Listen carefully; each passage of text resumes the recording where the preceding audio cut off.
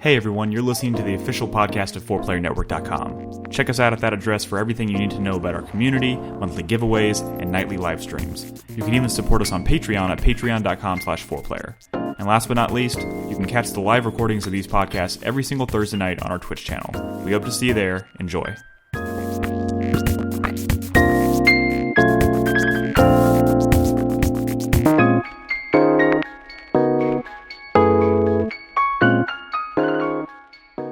Welcome to 4Player Podcast. This is episode 666. Hail Satan! Woo! Hail Satan!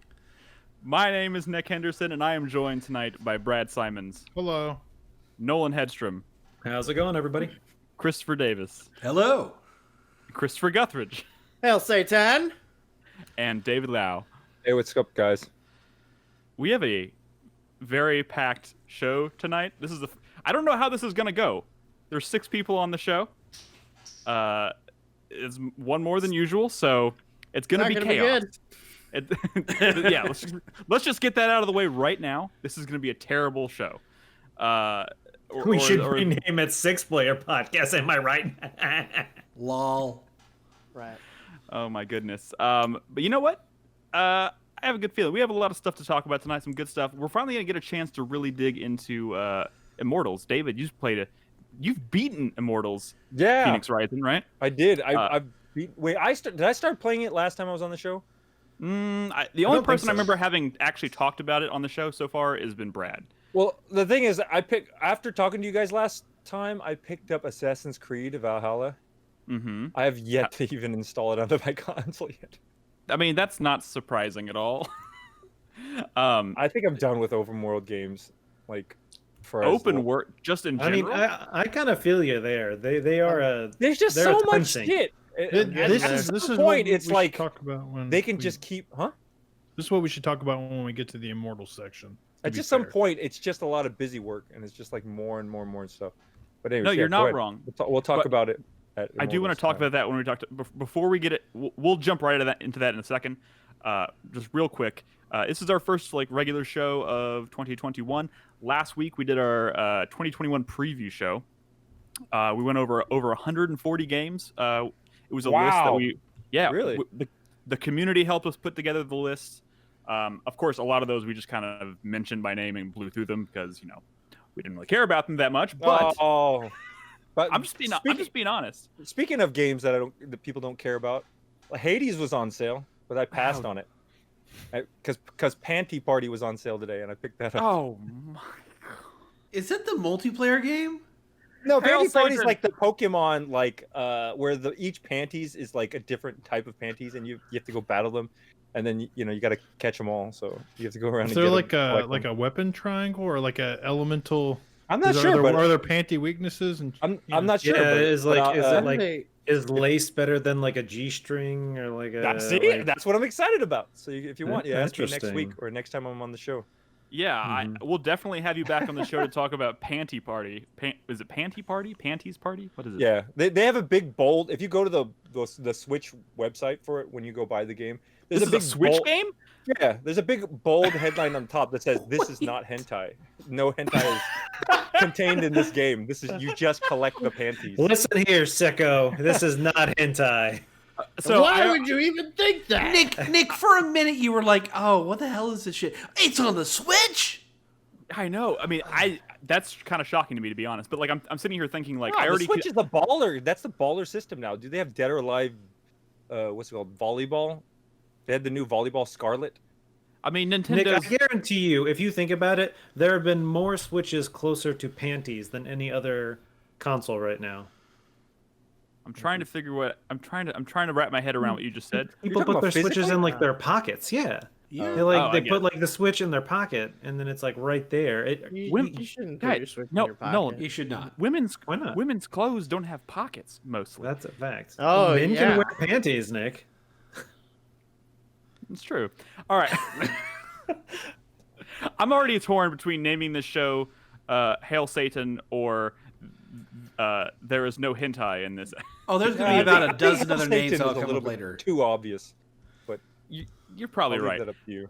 But anyways, like I said, last week was our 2021 preview show, and we each did in addition to those 140 games that we went over, we each did our top 3 most anticipated games. I'm going to put David on the spot real quick.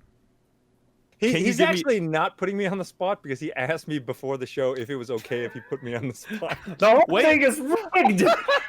Fucking rigged show. Shut it down.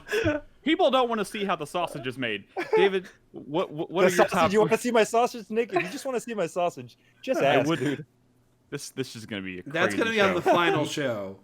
You got to defeat the panty first. But Nick gave me proper what's the word? I was going to say Warning? proper warranty. Yeah, warning. There you go. Warning.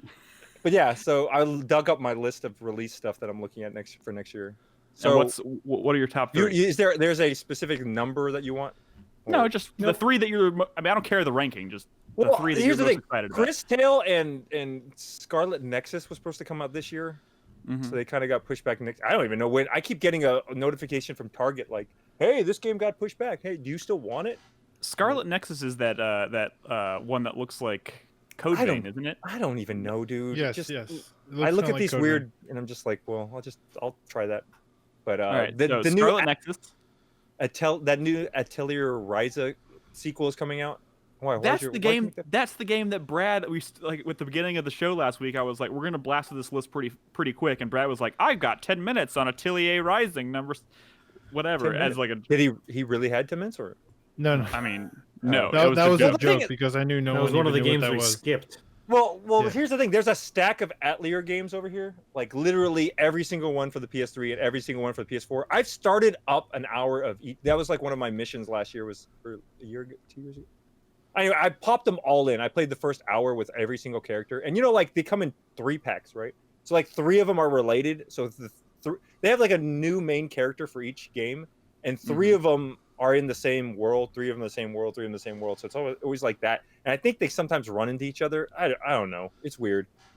But this one has like this is a direct, like the Ryza and then the Ryza, this is Ryza 2. So I need to go. I want to beat the first Ryza, but at this point it's coming out this month. I don't have time to go. I don't think that's gonna happen. By the way, David, man. I don't know why I've never thought about this, but it always looks like you're recording this podcast from the back room of a GameStop. Oh yeah. Like you're in the stock room of a GameStop. I guess that kind of does look like it. Yeah, but have you acquired any more Codename Steam copies since we last spoke? No, I haven't. I'm trying to look for a Teenage Mutant Ninja Turtles. No, I haven't done any of that at all. I think that's just gonna become a thing. We check in with your that's stock cool. updates. I need to get on it and get copies out there. There's still $6 on Amazon if you want to order it for yourself. So we got Scarlet Nexus, Atelier Rising 2, or whatever it's called, right? And the real ones I'm really excited about. I'm probably most excited about East 9. There was a demo released on the PS4 shop, and I'm purposely not playing it because most times the last like 5 demos I think I played, I bought the games for and I never even started because I was like, oh well, I tried it out, so I know how it is. So except maybe Final Fantasy 7, I think that's the only one. I remember it took me a long time before I finally got around to Final Fantasy 7, just because I had played the demo. I was like, oh, I know what kind of game this is. All right, whatever. Cool. But yeah, the new East game, I played East 8, and I actually beat that game, and yeah, it's a long game. So it's been long enough. I don't know how this is going to play though. I haven't looked anything up on this. So is it going to be? You should talk to Blobly in Discord. Yeah, Blobly shows up sometimes and. Because he's doing he's the playing RPG. like every RPG ever made or something. That's pretty crazy. Which I still can't believe he's not only is he doing it, he's been doing it for so long and he hasn't like given up. Like he's gonna do it. He's gonna pull this shit off. He's playing. Really? I think he's. I mean, it seems like it. The list not? It's not. Like he can't add anything to the list, or is it? Well, I don't know about that, Brett. He's trying to do the classic ones. I think he said a limit for himself at like I don't know. It's a fucking lot. It's a lot of them. He had a couple on there that I was like, really? Are those RPGs? You consider those like the best of the cream of the crop? Okay, I guess. If you want. Isn't his list like 200 games long or something?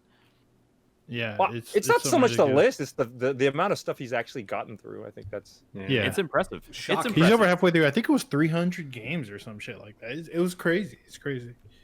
It makes me wish I had more time. But anyways, so guys, if you haven't yet, check out last week's episode.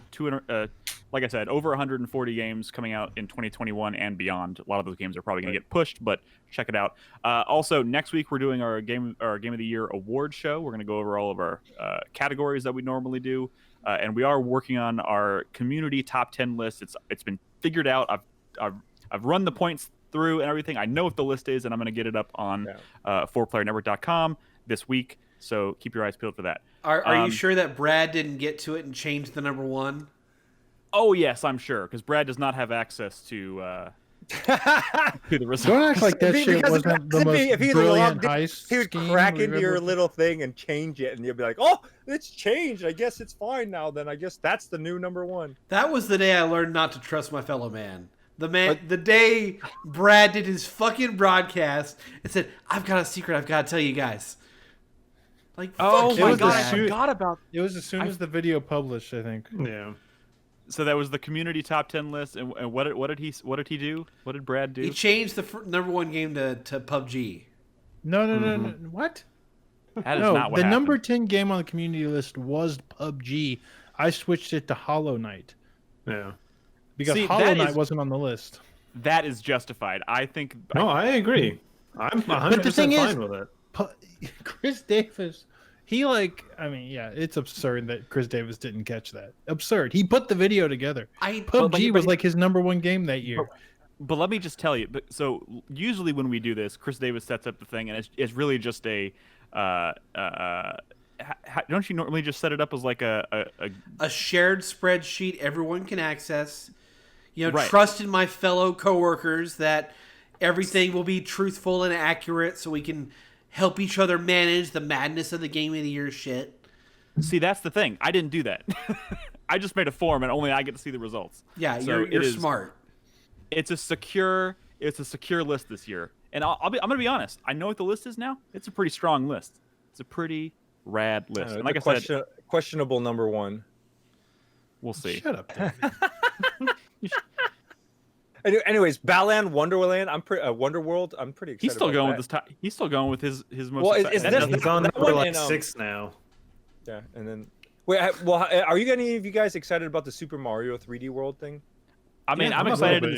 Because I played that on Wii. But I never played it. Well, I played it on Wii U, but I played it completely co-op, so it's a lot easier when you play with other people because you don't have to make it all the way through yourself. Like it's just somebody. Stays alive. So I think that game actually gets pretty hard if you try to beat it yourself. That's what I'm planning on doing.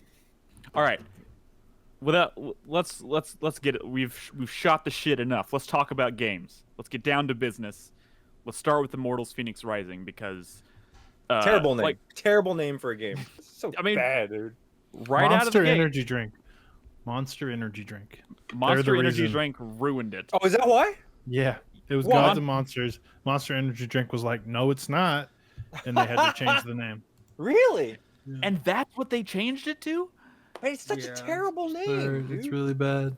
It's one of those situations where it's like, it could have been an okay name if they just didn't do the subtitle. Like if they dropped the colon. Wait, why couldn't they name it Gods and Monsters? Why couldn't they just call it Immortals? Because Monster Energy Drink was like, nuh-uh. You're going to change it or we're going to sue. Sue what? It's an energy drink versus like a video. Doesn't game. matter. Giant corporation. Copyright infringement, encroaching on their brand, confusion, but Monster blah, blah, blah. Energy drink, not Gods and Monster. She's not chugging anything. It's not like. It doesn't. I mean, it's bullshit, but it is what it is. Let's look up the court documents. Really hash this out. Chris David or Crispy, I'm gonna have to ask you to do that. Just go ahead and we'll talk about the game and all the fun parts. I'm gonna need you to look into the court documents and get back to us. Speaking of court documents, I'm gonna need someone in chat to find out the first time I ever mentioned 13 Sentinels on our podcast slash extra points. This was so angry about this. This is how you know he's threatened to buy it. It was announced a long time ago, like I think 2015. So there might even be a trailer talk. No, it was earlier than that. It was like 13, I think. Wait, are you saying you have ownership of like bringing this game to the attention of our community and hyping it up because you talked about it on a trailer talk like 2 years ago? 2 years ago. I'm saying like 5+ years ago. If that's the case, you probably have ownership on every game we talk about because you. No, it's not about first, man. It's about who gets the message out there, dude. You can't stop the signal, right? I mean, look. It's only because people are calling it a Chris Davis game, which is absurd. It's his first Vanillaware game. Brad is really, really digging in when he should be so just angry. losing gracefully. I know, this is amazing. But let's talk about the actual game, shall we? Because last time so Immortals, Fenyx Rising, Brad talked about it a few weeks ago on the show. At that time, you had played like 10 hours or something. I don't remember what it was. And now I've played a bunch of it. David's finished it. Crispy's played a bunch of it. So we can go deeper. So I don't know where we want to start. How does y'all characters Dive look? deeper. Y'all change y'all characters in the beginning? There's footage, right? Is anybody playing like a guy character? No. Who the fuck would do that? Let me guess. No. David's playing a guy character. No. No, hell no, I would not play a guy character, dude. I don't That know. was the It's whole gonna be a point. great Remember- David move. Everybody like that was remember what game we talked about this on the show a long time ago. It's like why would you like I'd rather stare at the girl like a girl running around on screen for like 40 hours than a guy dude. Like, well, I'm wondering because have y'all have run into so the main character has a brother, right? Yeah. Like y'all have all run into that. It's like not like spoiler or Yeah. anything, right? Yeah, so like I mean, I have. does it change? I don't know who if- the brother is. I was wondering last night if it changed the gender of the brother, This- and it that- doesn't. that's But it what- does it doesn't. change. It changes his hair color and eye color. Okay, to but it's yours. the same. It's just the same dude, right? It's this Right. burly Right. dude, Yeah. right? Yeah. Okay. Yeah. So Have I I don't not know. met the brother? You're either his little brother. well, or the little brother is sister, is whatever. frozen in stone at the very beginning, right? Oh, okay. And Yeah, then You don't meet him until you do like 2 of the gods. Wait, and it's really weird because it's so weird, man. Because I would think he's not really a central part of the game, really. I mean, he's the motivation, like kind of at the beginning. Kind like, of, but oh, you run into him like a total of like 3 or 4 times the entire experience. It's like a 40 hours and Yeah. you run into him for like 15 minutes. 40 And that hours. whole, like, I feel like I've played the motivation- game for 40 hours. I haven't even met him. Yeah, that's what I'm saying. It's like he's Yeah. like he's I like kind just of like met an him- afterthought.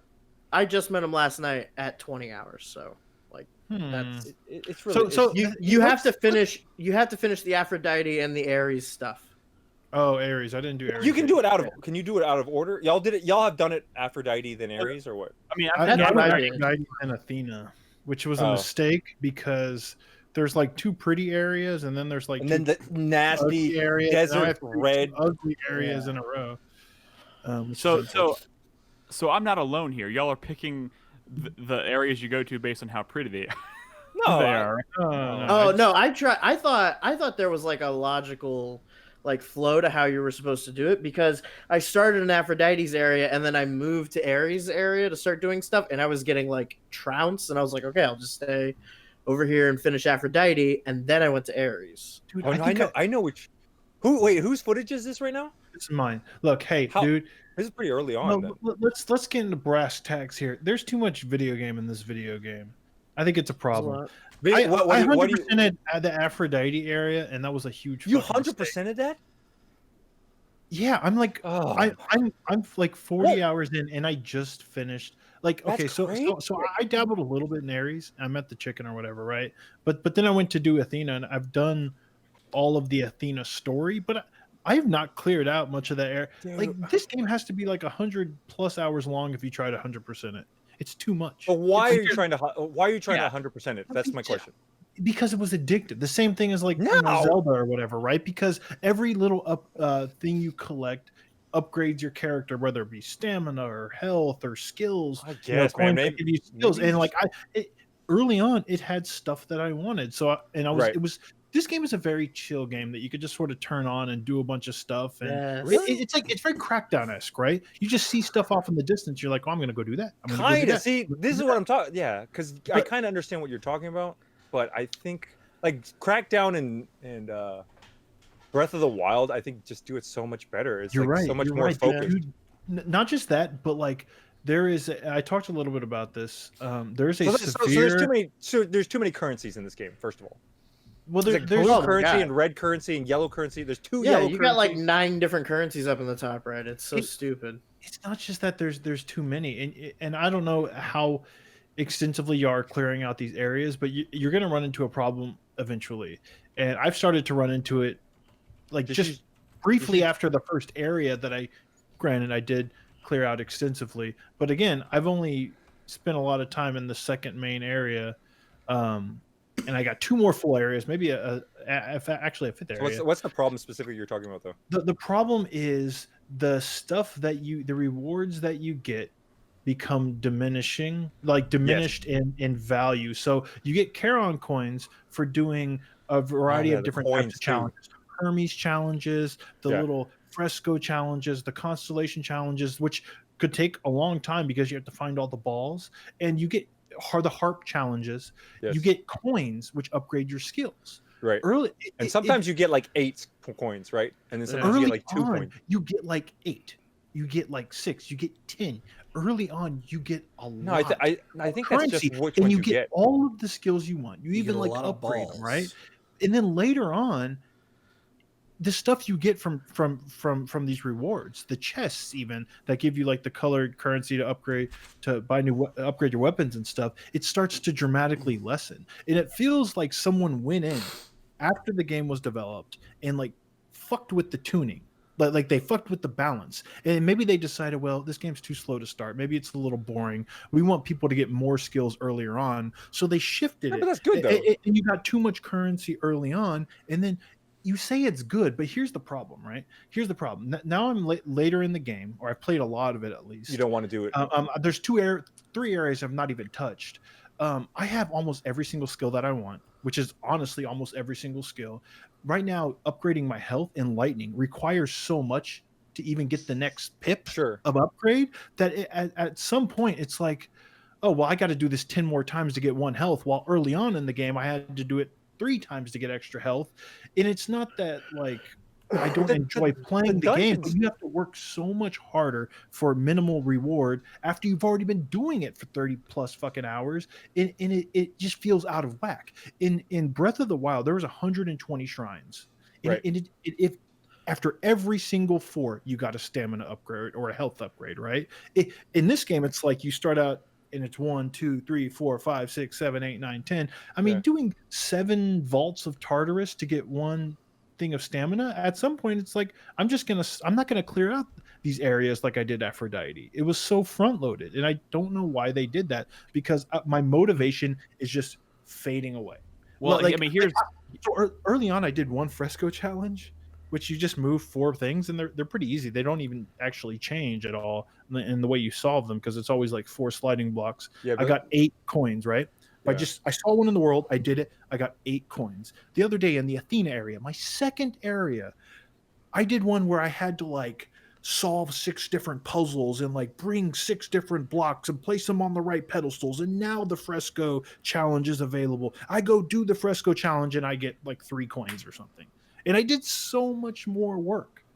So I'm okay now, but again, I got 3 more areas. There is no fucking way I'm going to care as much about playing this game as I did in that first 10, 15, 20 hours. Because I'm at 40 hours and I'm like, well, I mean, honestly, I feel like this is one of those games. It's an Ubisoft game, so they already kind of have a problem with this, where they feel compelled to make the game so dense with stuff to do. And it's like, maybe if like each area had a like, because you talk about doing like different kinds of challenges, but those challenges are all over all over these areas, all of them. Instead of like, it could have been like the Hermes challenges are only located on 1 island, and instead they feel like they have to populate all of these islands with all of these different kinds of challenges and stuff. So they realize the only way to like keep you like the carrot on the string until you finish the game is to that's fine. Do the diminishing returns, which sucks. I like that. But it's the way it was balanced. If it was consistent, right? If you got like is that what the problem is? Like Zelda, right? If you got like 4 coins for every one of these challenges, there'd be still. I was gonna say, Man of the Lamb brought up in chat that in Breath of the Wild you got an orb for every shrine, but you needed 4 orbs to upgrade your stamina. Yeah. So it wasn't like you actually.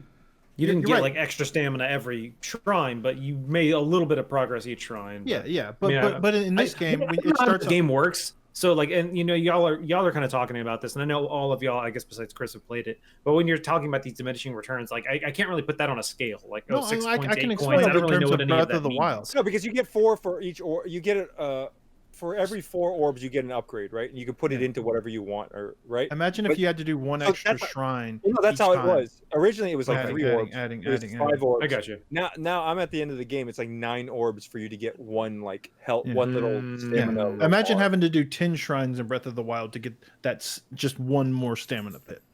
Gotcha. At some point, My it's problem like is that the shrines eventually get to a point where they're not nearly as fun. Like yeah, earlier, they're not. I mean, they're I fine. like the Some of them puzzle are ones. fun, but There's some of the puzzle ones that are great where you're like moving a block and move this block here and do this thing there. That's fine. But you end up like having a lot of combat shrines where you're just fighting like waves of dudes. which is and, like Zelda. I wonder if they But just I copied that from Zelda, and I don't maybe know they shouldn't have.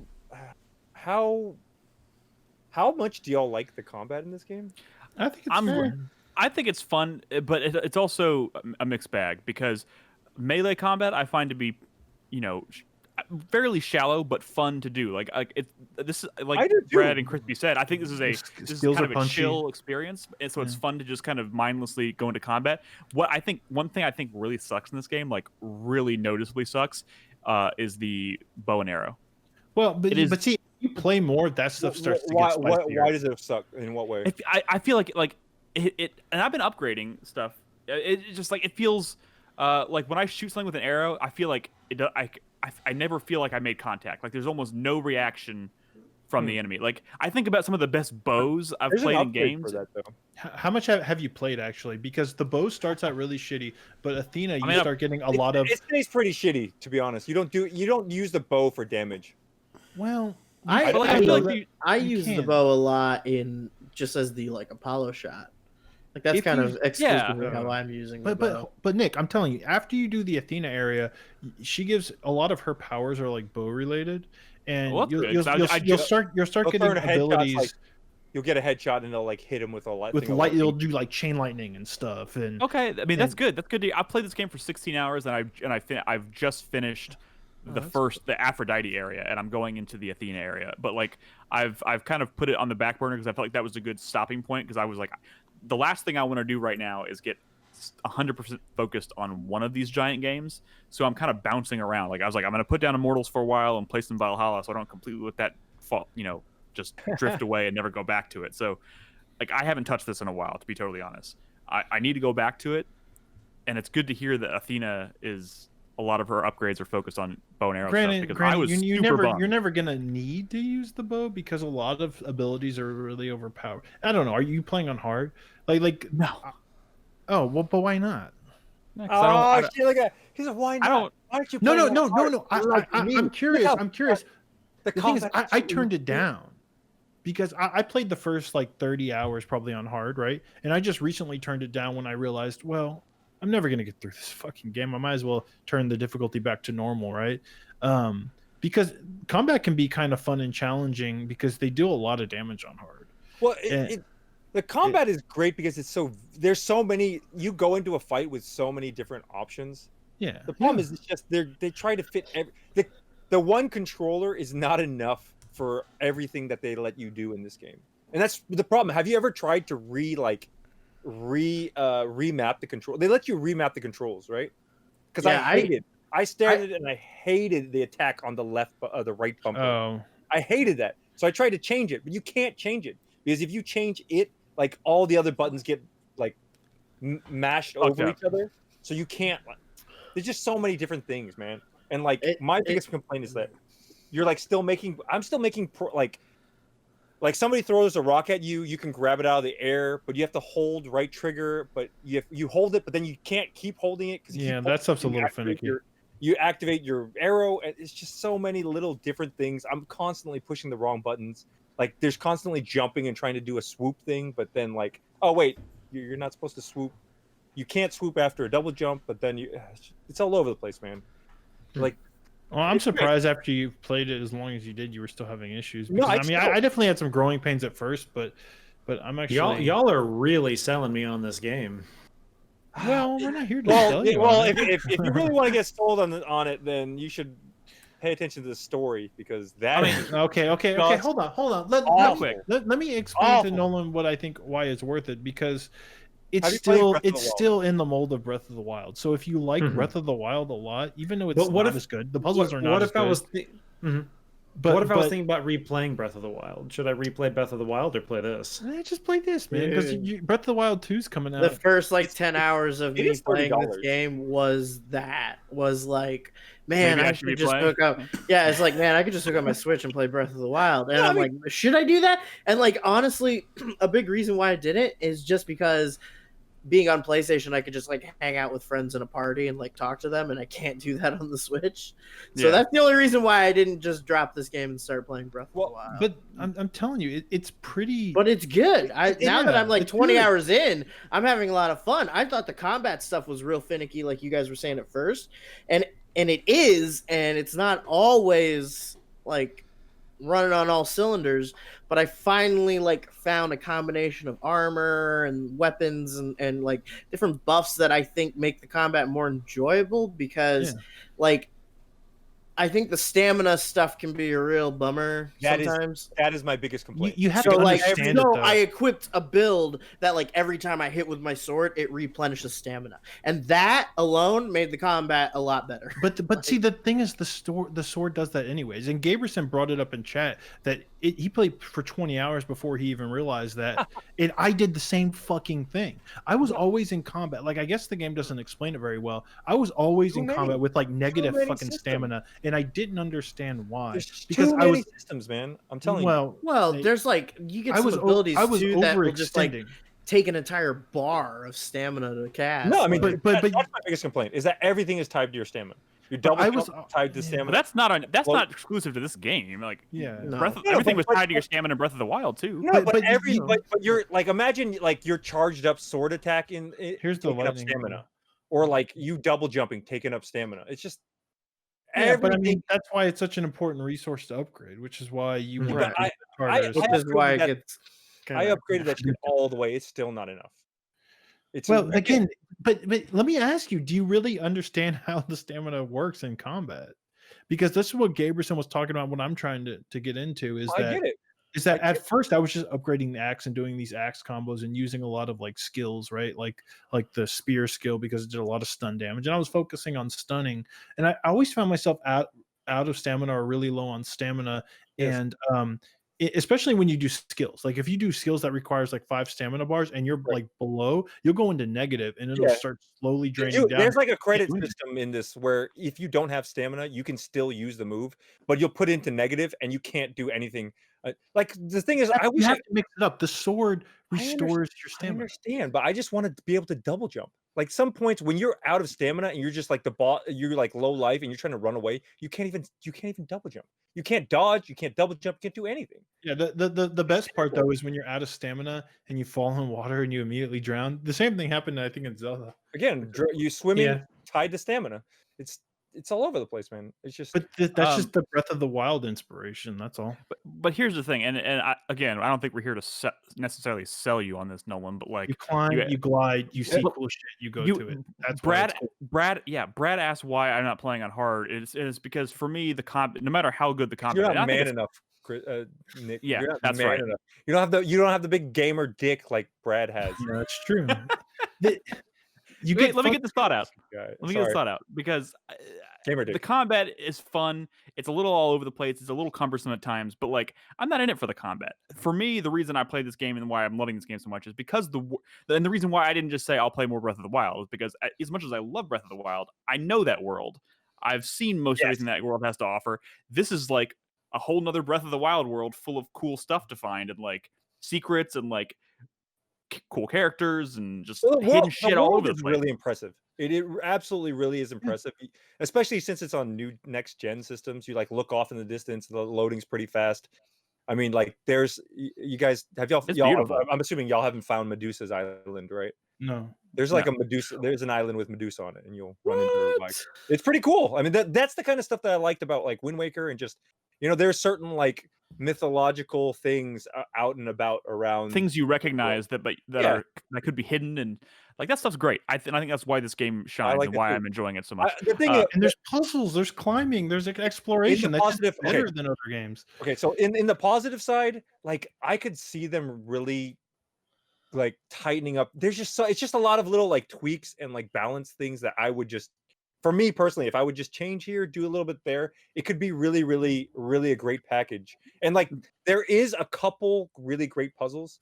Like there's one where you get a dash later and you have to like, it's just basically island to island to island. It's almost like Brad, if you remember like Recore, like having to dash around from island to I get island, Recore and vibes having from to this like it reminds me of like recovery in Smash Brothers. Like you get knocked off and you're like, okay, let me jump, let me dash, let me use this thing to get myself back up. Oh, grab the ledge. Oh, and you pull yourself back up. Like there's a dungeon like that you have to like navigate through the dungeon to do it. But like I just feel like it's just not, the game's not balanced very well, man. There's like dungeons you go into like, oh, sorry, you can't do this dungeon because you don't have this power yet. And it's like, but that is a byproduct of the way the game is designed, which is to give you the freedom to do it. Like the fact that I can approach the story in any way I want by doing the islands and the gods in any way I want. Like that is, I like that. I appreciate that. But like what you just described is the byproduct of that decision. It's just kind of a rough. And a lot of the busy work puzzles are like just look around. Yeah, you're right. You're like a switch somewhere. I'm It's never like, really the switch was stumped on a behind the puzzle. tree. I'm never really stumped on a puzzle like I was in Breath of the Wild sometimes. You know, my favorite puzzle has been so far? Maybe I'm crazy, but there is one where you have to like literally throw these like rocks through these like stacks of, I don't remember if they're barrels or whatever, but like boxes. Yeah, but it's purely about using momentum in a smart way to like knock down as many of these boxes as you possibly can. Oh, that's the one where you hit crank the switch, right? Yeah. Yes. And the ball rolls. Yeah. I thought that was pretty cool. Yeah, that stuff is cool. But some of them are pretty dreadful though. But there's a lot of them, Nick, later that you're like, oh, let me carry this box, and it's not like a metal box; it's like the wood box that's brittle. It's like, let me carry this one box, and I've got to get it through this maze of lasers. And if I get blown on, the box crumbles to pieces like it's made of straw, and you got to go run all the way to the beginning to grab it again. Yeah, no thanks. It's interesting about what Brad was talking about earlier about the burnout on the Vaults of Tartarus and how they, you have to do more of them to keep progressing. Is I didn't even realize until you were talking about that I have stopped going to Vaults of Tartarus completely. Yeah, the only reason I go to those vaults is so I can activate quick travel to them later. There's a few of them you have to do because of the story, and story related one I feel like has been pretty good.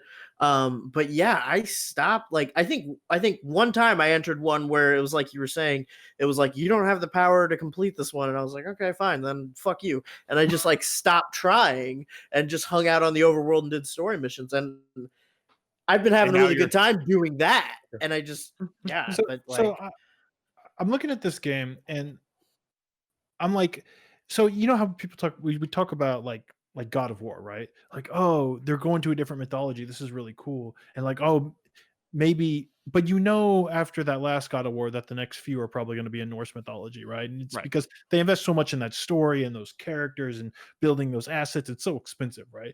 And there's also no way you can cover the breadth of that mythology in one game. Whatever, sure.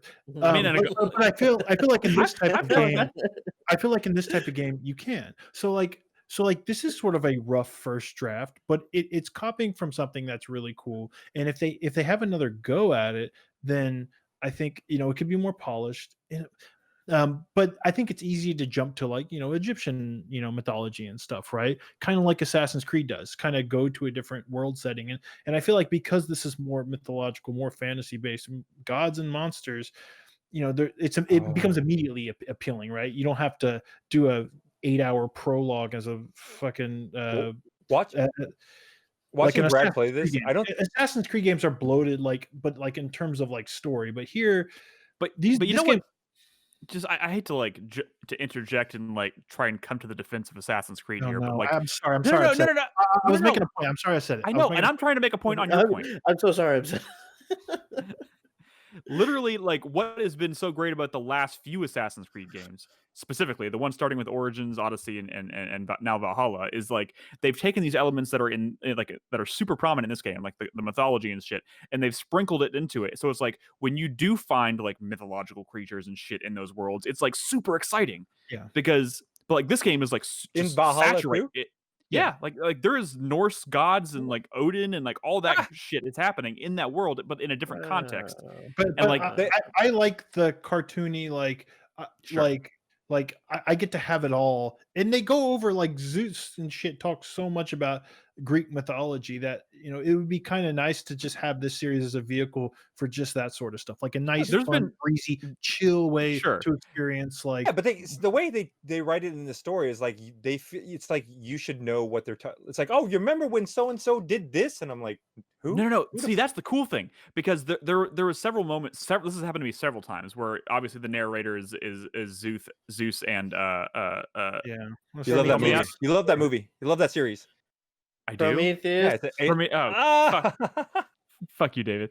Zeus and Prometheus are having a conversation. That's the narrator, right? So like, there's been, and they drop these allusions to like real characters and events in like in this mythology that I'm not. Well, yeah, you know what I mean. But like, No, Hephaestus, dude. they're actual references, and there's been like 2 or 3 that they've just kind of breezed over and talked about that made me go, what the fuck? Is that real? And I like get up on my phone and I look at it, I'm like, holy shit, that's fucked up. And like I'm like learning stuff about the mythology because they present it to you in like a really No, it's cool. way that I makes don't you mind like, doing that either. But I wish it would be more. I would prefer a more serious toned story. That's what because Assassin's Creed's for. that's what Assassin's Creed is. Creed is, man. But so Like, here's the thing about this is the anti-Assassin's Creed is what this is. Here's what I was gonna ultimately get at in terms of sequels. One, I don't think this game was very successful. Oh, it's So, definitely not. It's 30 yeah, bucks. it's already Dude. you can already get it like half price. Do you have it already, Nolan? But No, I saw that it was on sale for like 30 $30, and I was like, it's already on sale for $30. I'm sure it'll go sale a little bit This lower, game so I is- just had to get it. this game is bloated and there's too much in it. But like you're still gonna see reviews say, well, it gets kind of repetitive, and it does, right? I feel like Ubisoft has no idea how to fix repetitive. And it tries to fix quote unquote repetitive by just adding more types of things in there. And this is what they've done with the Assassin's Creed. Like series. variety means you won't get. Yeah, no, that wasn't That's how you fix that problem. Well, that was Brad, to your point. Yes, you definitely see that in the Assassin's Creed games. If you look at the original one, you could collect like flags, and then it was flags and feathers, and then flags and feathers and notes, and then flags and like. Case in point, going from Assassin's Creed Odyssey, which I played over almost 100 hours in, and that world is massive. and they talked about like Valhalla is going to be a lot smaller, and there was a lot of hubbub about that when he said that, because people were like, are you sure? Like, the world in Valhalla is smaller, but I've still played that game for 70 hours, and I don't think I'm anywhere near the end, and it's because they've just taken more shit and put it in a smaller world. It's not just the shit though, right? It's also like how you traverse the land. Because I feel like all these. This is one of the things when we started the show. Remember, I was talking about open world games. Why I don't want to play open world games? Like, you guys realize when you play open world games, a majority of the time you're spending from going from point A to point B, right? It's just travel. But but here's travel or loading, I guess. When done right, I love that. I adore that. You like walking around from dude, this. I've played 130 hours of Red Dead Redemption 2, and I walk almost like Why though? Why would you want to do that? He just loves to run around the land all day. I just want to run around the land all day. No, I walk around the land all day, or ride my horse around the land all day. For me, as someone trying to make the most of my time, it's like you. This is like me saying, "Hey, Nick, we're gonna go take a day of shopping." And you're like, well, I just like driving from point A to point B. The fun stuff is going in the store and buying the shit that you want, right? And getting the hell out of there. Well, I mean, to me, the fun stuff they've sorry, and Brad, you like sitting in traffic. No, I like looking. I mean, they spend all this time creating these like really beautiful worls and like really immersive worlds, and that is what I play these for. You need to go. You need to go Japan with me, dude. You need to go Japan. Go see these places in real life, and I think you'll. He doesn't even play the Yakuza series. No, but that's fine. But he just likes the pretty worlds, right? But go see these pretty worlds in real life. First of all, you saying he just enjoys these pretty worlds is very condescending. That's not what I'm saying. No, because my problem with exploration is, like, especially in this game, and I don't know how it is in Assassin's Creed, but in this one, you just basically kind of get to a place, you click the right stick down, and then you go in first person mode, and you move around. It's like, yeah, that's the worst part of I'm this just game. sitting there, I'm just spamming on my right trigger, and it's like, boom, Gates of Tartaros, boom, Ambrosia, boom, fresco challenge, and I'm like, It's not the way to do it. and then I look at the map, and sometimes that shit is like on the other side of the world, and I'm like, how the fuck did I activate that? I know. They're and I'm trying not to sitting copy here. Breath of the Wild, and they do you remember? really do fucked that part you up. remember how Breath of the Wild? I had this. Yeah, do you remember how Breath I of? know. No, Breath of the Wild was you see this tower sticking out of the ground, you activate the tower, it grows all the way up. You get little, like, what's it called, Shrine Tracker 2000 or whatever, right? That blings every time you're near The a Sheikah shrine. slate. Yeah, the Sheikah slate. And then what do? You climb up to the top of the tower and you're like, well, I haven't gone this way yet. Fuck it. And you just jump out there. You float in that area, and you float until you hear like a blink, blink, blink. Oh, you're like, oh, shit. Where is that? Where is it? And you're just like looking for that shit, all excited, trying to find the next, Well, you don't even have to use that thing. The point is you can only mark stuff that you see, and First of all, the seeing is kind of the appealing part believing. of the exploration, not following a bunch of icons. And I wish I didn't do that in this game, but you kind of, it's hard not to. Just so you know, I am in full agreement with both of y'all on this about open world games. I still love playing open world games, but I recognize that there is like a very small handful of open world games that do it 100 times better than most of the other ones. We're 45 minutes in this Well, podcast. Let's. I just didn't feel like but Breath of the Wild, I never felt like I was wasting my time just traveling around. No, and that's why Breath of the Wild is one of the best which is ones why ever I made. really think. like it. And then Yeah, I you're right. felt like it was like This is climb this thing, almost climb in that every thing. way I felt comparison to Breath of the Wild, but that's fine. Breath of the Wild, in my opinion, is one of the best games of that generation, right? And one of the best games of that year for sure. But like this, Maybe still, one of the best games video ever. Games that are still more about like climbing and verticality and gliding and exploration and solving puzzles are still already have the edge on a lot of other games that are just about like, I don't know, fucking shooting dudes, right? Because you're already solving puzzles and exploring, and those are the best things you can do in a video game. All right, you know what? So even if it's okay, it's still chill and addictive and nice to do. And there's not much resistance in this game, so it's easy to just pick up, play a little bit, and it looks nice. I like the idea of this stuff. hero's tale, like Yeah. just you being this hero and like trying to fulfill this prophecy. I like recommend this game a lot. I'll talk more about it in the coming weeks or something. We got to move on, but not on the speaking podcast. of- On Game of the Year stuff. But speaking of shooting things with guns, I was trying to make that transition ever since Brad said shooting things with guns, and it's been difficult. It's been a couple. What the fuck is that noise? It's my cat. I did very Yeah. recently say shooting things. Is that with what guns. Maggie sounds like when she does it? I've never heard it. Kind of, from mine. yeah. Yeah. I do apologize for that. Anyways, it's been a few weeks since we've had a regular show, and since we've had that, Nolan and Chris Davis both played the alpha for Back 4 Blood, which is of course the spiritual successor to Left 4 Dead. Oh, really? And I've been waiting to hear about this game for a while because this is coming in 2021. We talked about it on our previous show, and how was the alpha? Pretty good. Have you played Left 4 Dead? Yes. That is this. Yes. Really? Okay, so, but in a good way. In a good way. Yeah, no, it definitely. So what I will say is, by the end of it, it got a little old, but that is because they only had one campaign available, and so we played the same campaign like 3 or 4 times. Is it the full campaign? No. It's just like essentially like one level of Left 4 Dead. You know, in Left 4 Dead, when you play a level, you start with one segment, then you get to a safe house, and you do the next segment, and you get to a safe house. It's exactly that. This looks very Left 4 Dead. It does, yeah. And if you were watching the footage or if you've seen it before, one of the things that happens when you start a game, and that's kind of one of the hooks they have in this, is the deck building aspect.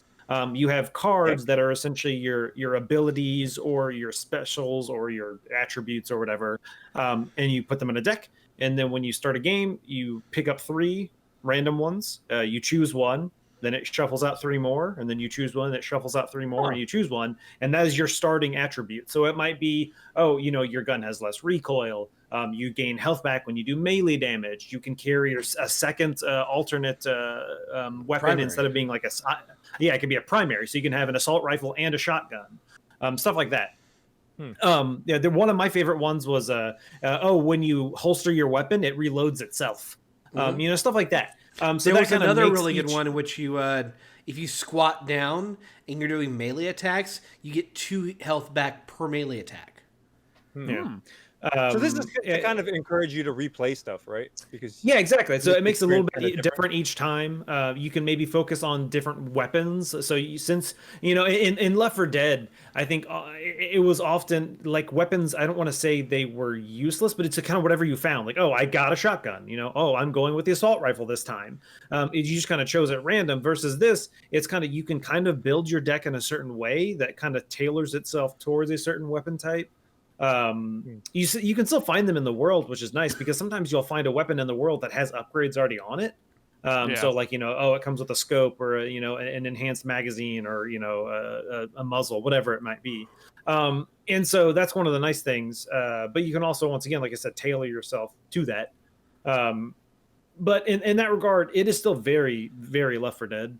And I think it's important. It's important to point out here because I think a lot of people somehow have glanced over this fact. But this is Turtle Rock. This is the studio that made Left 4 Dead. It's just not being published by Microsoft this time. So I guess they don't have the rights to the. Oh, sorry, Valve, yeah. sorry. Microsoft doesn't own Valve yet. Give them time. Sorry, give them time. But yeah, it's not published by Valve this time. So like they don't have the rights to Left 4 Dead and. This is literally. I mean, it has the same title structure. It's Back 4 Blood. Like it's fucking Left. This is like Left 4 Dead 3. Come on, Yep. right? Well, No, can I ask a basically, go for it. Do you either of you guys played World War Z? The one that No, No. but I've heard it's actually pretty decent. No, I mean I'm just curious as to how different it is because World War Z. There's some problems with that game, but it's pretty impressive in some points where you just have this like wave of like the movie or like the wave of zombies. Like oh my god, dude, that's They a were lot actually of able to zombies. replicate that pretty well in the game. Yeah, it's pretty cool, but I mean they they also move a certain way. Also, have you ever heard of a game called Days Gone? They do weird zombies really great too. What's yeah, that? we're not talking about that. Days Gone. Days Gone, man. Days Gone. Did you see that game first, Fred? Unfortunately, I saw it at the same time as Nick. Chris Davis, correct me if I'm wrong because I don't remember.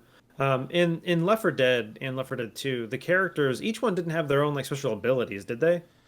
I honestly can't remember. No, they were all pretty much blank slates. Yeah, they're blank slates. So that's actually one of the things that changes in this one, is each character does kind of have their own kind of special attributes. Like one guy has a little more stamina than everyone else, so he can run farther. One person does more damage with melee weapons, or has like a melee as their starter. That's my stuff character. like that. So Yeah. That's the one you're playing as. Yeah, correct. So each one kind of has a little more. They're not just a different character model. They actually do have a reason you might want to choose one over another. Yeah. And there's going to Which be seems 8 really cool characters to in me, the final game. Correct. Yeah. Ooh.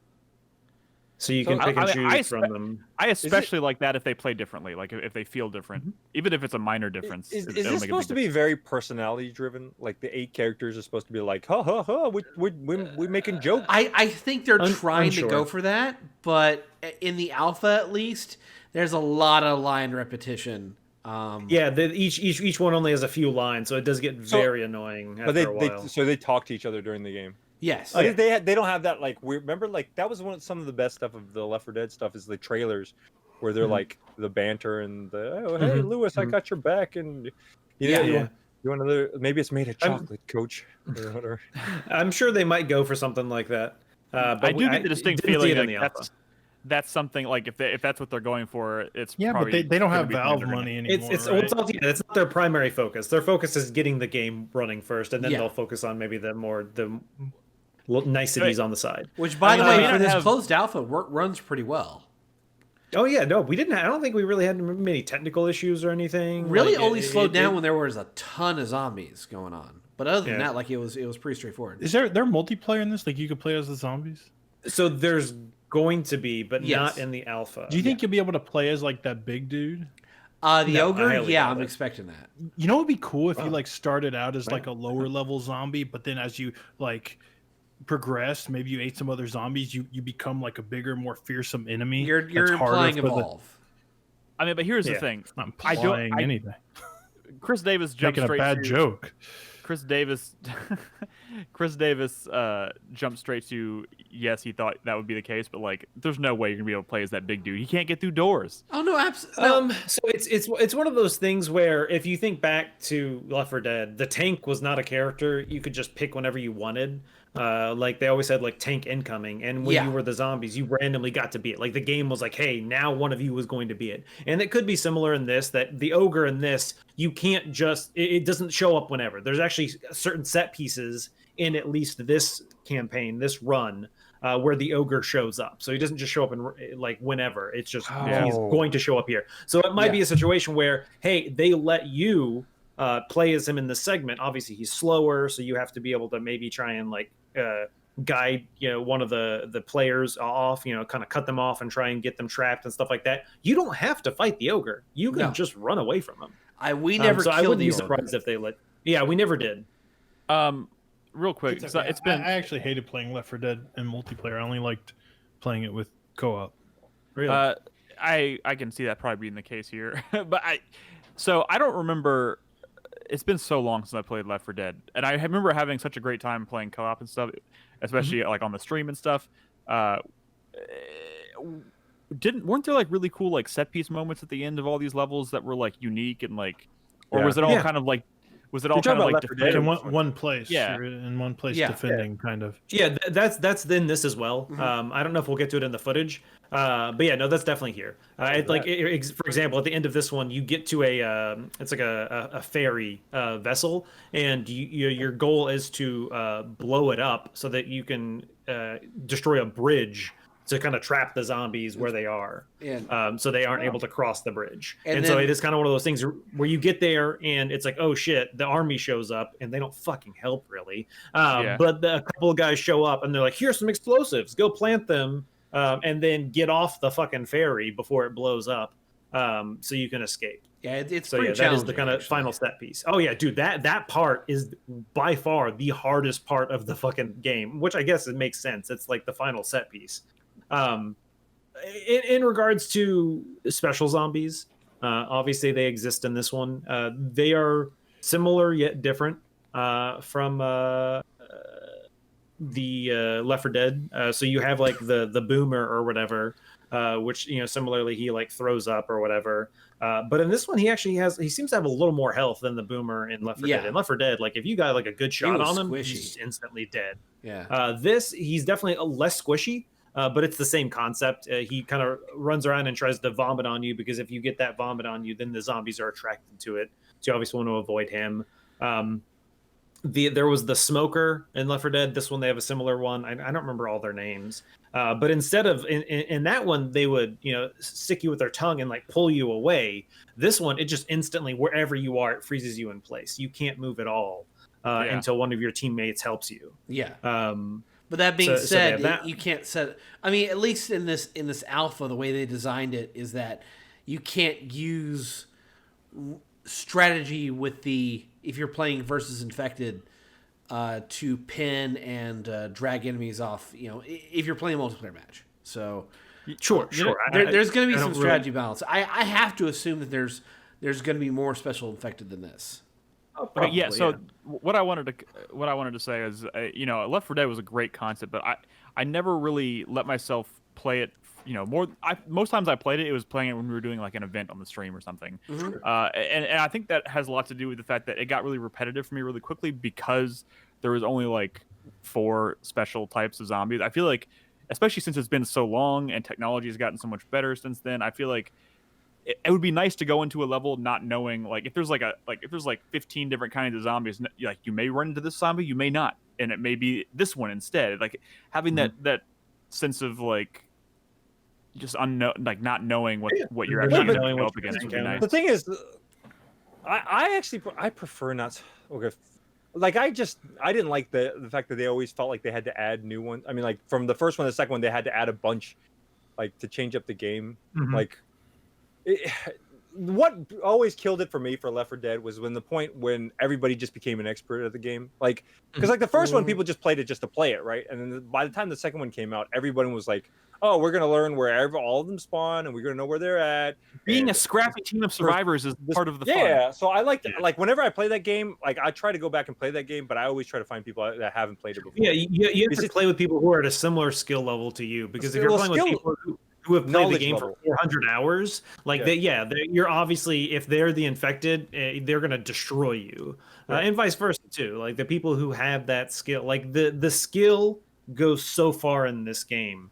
But it's not even just about skill. I mean, like think about like one of our earliest clips that took off was Brad's secret plan or whatever. What I'm saying, skill and planning, teamwork really does make a huge difference. And I don't know, once again, we haven't played the multiplayer in this, but yes, and Left 4 Dead and Left 4 Dead 2, teamwork made a huge difference. And if your team was not working together and you were playing against a team who was, you didn't stand a chance. Because all they had to do was position themselves in a certain way. Oh, as soon as you cross the barrier where you can't go back, well, then they just use the smoker to grab a guy, and now he's gone. You can't get to him anymore. Or same with a hunter or something like that. They could easily pin you, trick you, get you in a certain way that you were just kind of fucked. Yeah. But I'm just thinking about, like, there's something so magical about the first time you play it where you have no fucking clue what's going on. No, that's the point. But that magic is instantly gone after you've done it. Yeah, that's the experience I want. Like, so why I think I'm Harmony of Despair. Yeah, and that's one of the things I think they're trying to do in this with like the deck building aspect, is the more you play, you start unlocking cards that change how the game plays, and that's kind of the drive to, oh, I've heard of this one cool card, I want to play it so I can unlock that card, because then I will have maybe an advantage over a zombie or something like that. And that could be an interesting thing, is you go in not knowing what zombies you're going to encounter, and then you find out like, oh, they're using like the tall boys in this. I'm gonna, the next time we're at a safe room, hopefully I'll unlock this one card, which maybe will help me. You know what I'm saying? That does that make sense? To maybe try to help gain an advantage. Yeah, but also at the same time, the game director will try to balance against that with their own cards. Like, is there a quote unquote game director in this? Like, are they? Is that a marketing point? Still? There is. Yes. Okay. And that's one of the things that Chris brought up, and that's one of the things that does happen, and it does inform you that it's happening. Whenever you get to a safe room and you unlock your cards, it's like, hey, by the way, the zombies now unlocked this card that is helping them. So it's like, larger hordes or zombies that are wearing armor. I don't know, or there's fog on the map. There might be extra wretches around, things like that. Anything they can do to make each subsequent playthrough unexpected is welcome. But I had a really... for me, I just almost want this game to be a one-time through. I'm not going to play it multiple times. Kind of. You can play it that way. You can definitely play it that way. You certainly can, and I might do the same thing, and it might still be one of my favorite games of the year if those campaigns, like that one playthrough, is like really a good example that I can literally bring up with this section where we're at right now. If you're watching the footage, is there was like a small little shack. And at one point, there was like a stash in there that had a bunch of like ammo and upgrades and stuff like that in there. But then the second time we played it, that wasn't there. So they definitely changed. There's a house in front of us, which we played this campaign 4 times. One of the times that house was open and you could go in there and find stuff. The rest of the times it wasn't. One out of the 4 times we played this, when we entered this area, the ogre showed up. The rest of the times he never did. So I think it's one of those things where they try to mix and match it enough that it's not, unless you're playing it back to back to back to back to back. If you come back, you play a match, and then obviously you're not going to we were playing the alpha. When you're playing this, when it's actually in full release, you're not going to be playing the same level over and over and over again. So it's going to be several maybe days before you replay it, and then that next time you play it, it should be different enough that while the path from point A to point B is the same, that the obstacles you have to encounter and overcome on that path might be different. But also it seems like with the way they're structuring the randomized elements of the maps, like the spawning of the zombies, like the buildings and everything, like even like the mini safe rooms that give you like extra items and even skill cards. Like it feels like it's really trying to minimize the idea of just beelining it through a specific path on a level. They really want to. They're trying to get you to explore the maps as much as possible, in my opinion. And that sounds awesome. Real quick, because we need to cut to break here in a second. But one thing just a cool thought I had. I don't know if this is going to happen, but I keep thinking about like the inspiration of like just think about the impact that Souls games have had on the industry and whatnot. And a lot of that effect has been kind of like how people approach or how developers approach like world design and stuff and shortcuts and whatnot. And I'm just thinking about how cool would it be in like a level in a Left 4 Dead game like this. If you could get like separated from your group to a point where like, okay, now I can't get back to my group, so I have to find my way back, but I have to survive on my own. Mm-hmm. Like things like that, like just using the environment. That happens in Left 4 Dead. That does happen, but I mean, I think to Nick's point, you're on the same path. Yeah. So it's not like you're eventually going to regroup unless you get caught. Like, what if you accidentally fell into a hole in the ground that you didn't realize you couldn't see, and like suddenly you were in an underground cave system, but your teammates are up above, and you're like, I have to get out of this cave, but I'm by myself. If they could squeeze things like that in there to like add this element of like randomness and like tension. Just make it open world, dude. Just make it open world. Yes, that's what I'm trying to say. Run off on little. What about have some motorcycles? You have a time limit where like you need to get a thing done, but so everybody has to split up to go. Maybe sprinkle in a few flags to collect. I don't know. One thing I did want to talk about before we finish up. Oh, what's up, Chris Davis? I don't know. When you structure a game to be open world like that, you're also structuring like a lot of the missions and how players address the world in a very different way, and I don't think that would really match with this formula. Also, that was a joke. I'm pretty sure, right? The whole thing. No, why? That is serious. Well, really? That would be tough. But so the one thing I wanted to say is obviously if you're playing this game, it is a co-op game. To play it by yourself, you would be playing with bots. Mm-hmm. And then one thing I wanted to talk about was the AI in this game. Is it bad? It's amazing. So we were trying to go through the final area of this, and in the final area, like I was kind of getting the AI wasn't doing what I wanted them to do. I thought it was kind of silly, whatever. So you get to the final one, and the military shows up with the 2 bombs, but they also have like a minigun that you have to set. It's not like you can carry it around. You have to set it as like a turret. And so Bot Niles was the bot we were playing with. Niles sets it in the worst fucking place you could imagine. Like it's like right on the edge of a corner where zombies can run around. And I was getting so fucking frustrated. I was like, why would the bot choose to set the turret there? And why would the fucking AI, why would the developers even allow the bot to pick that turret up? Like, don't fucking touch that turret. Like, that's fucking don't. And of course, he got fucking destroyed and ruined the match for us. So then we're back in actually this playthroughs of that, right by the way. Yeah, two playthroughs. So we're back in this area, and we're trying to get ready. And one of the nice things is if you fail and you respawn at a safe room, you get an extra card, which is kind of nice because they're like, hey, you failed, but here maybe this extra card will help make the run easier. But one of the things is you can buy upgrades, so you can use cash that you find throughout the world to buy a scope, buy an extended magazine, something like that, upgrade the capacity of your gun. And so I threw down some cash, I think for Chris, or Chris threw down some me or something, and fucking the bot picked it up. And I was like, what the fuck? Like, why is the bot picking up like money? Now I can't use it. And so I was like, can you kill the bot? Right. And so, I was like swinging my like axe or something at it. And then the bot started like fucking doing like the teabag motion. And I was like, what the fuck? And I was like, you know what? You know what's fucking going on is they don't have AI. A fucking developer is controlling this bot and they're trying to act like it's a real person.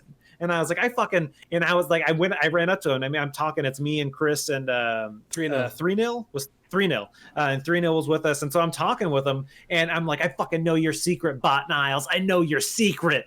And he's like, and Bot Niles says, what's my secret? And I was like, what the fuck? And it turns out it wasn't a fucking bot. It was a guy whose name was Bot Niles. Like every time you play with AI, their name is Bot something. And his name happened to be fucking Bot Niles. And then he went to a racist tirade.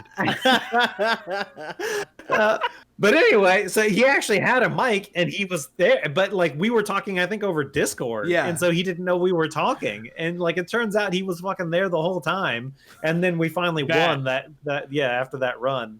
That is amazing. So he's an idiot then. He put the machine gun purposely in a bad place.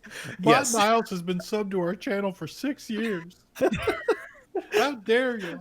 All right, let me ask you. Somebody in chat brought up a good point. Is that Evolve? This is the same studio that did Evolve. Yes. Did any of you guys play that game? Yeah, I played a lot of it. Did. Yeah. Is that playable? Is it still playable now? No, yeah, I think the servers are about to go down if they haven't already. Yeah. About to go down. Speaking of games that are about to go down, let's talk about Battleborn, guys. Wait, we need to take a break. We need to take a break. Wait. If we do it right before break, no. Wait, what? He actually is playing Battleborn. What? Why? Yeah. Because you're not going to be able to, in 2 weeks, you're never going to be able to play that game again. Good. Ever. I mean, Okay, that's fine. Are you okay? Are you okay calling yourselves video game connoisseurs, video game journalists, having never played Battleborn? You called us that. I never claim to be He's like, I have the news on Battleborn. I don't even like video games, really. Why am I here? All right, guys, we're going to take a quick break. We're going to come back and talk about Battleborn. I'm just kidding. Or maybe I'm not. I don't know. And I'm also going to talk about fucking Hitman, guys. I finally played Hitman. That game's pretty cool. We're going to have a discussion. We've talked about Hitman's mechanics, though. I mostly want to just talk about me having played the game as a new player, because it's... I've never touched it before. Playing in VR? No, it's not available yet. Anyways, let's take a quick break. When we come back, we'll do that. We'll answer some questions from our supporters on Patreon and Twitch. So if you're watching us live or listening at home, don't go anywhere. We'll be right back.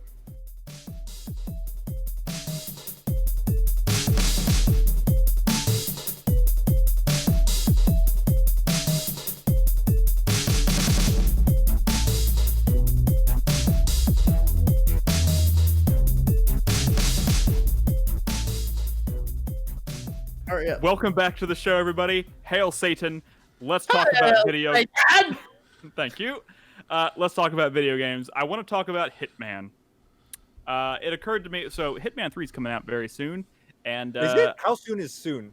January 20th. 13 days. Shit, I don't have time to finish 1 and 2 before then. Yeah, you do. You do. Apparently, that's what I'm trying to do. I wouldn't want to play 3 having after.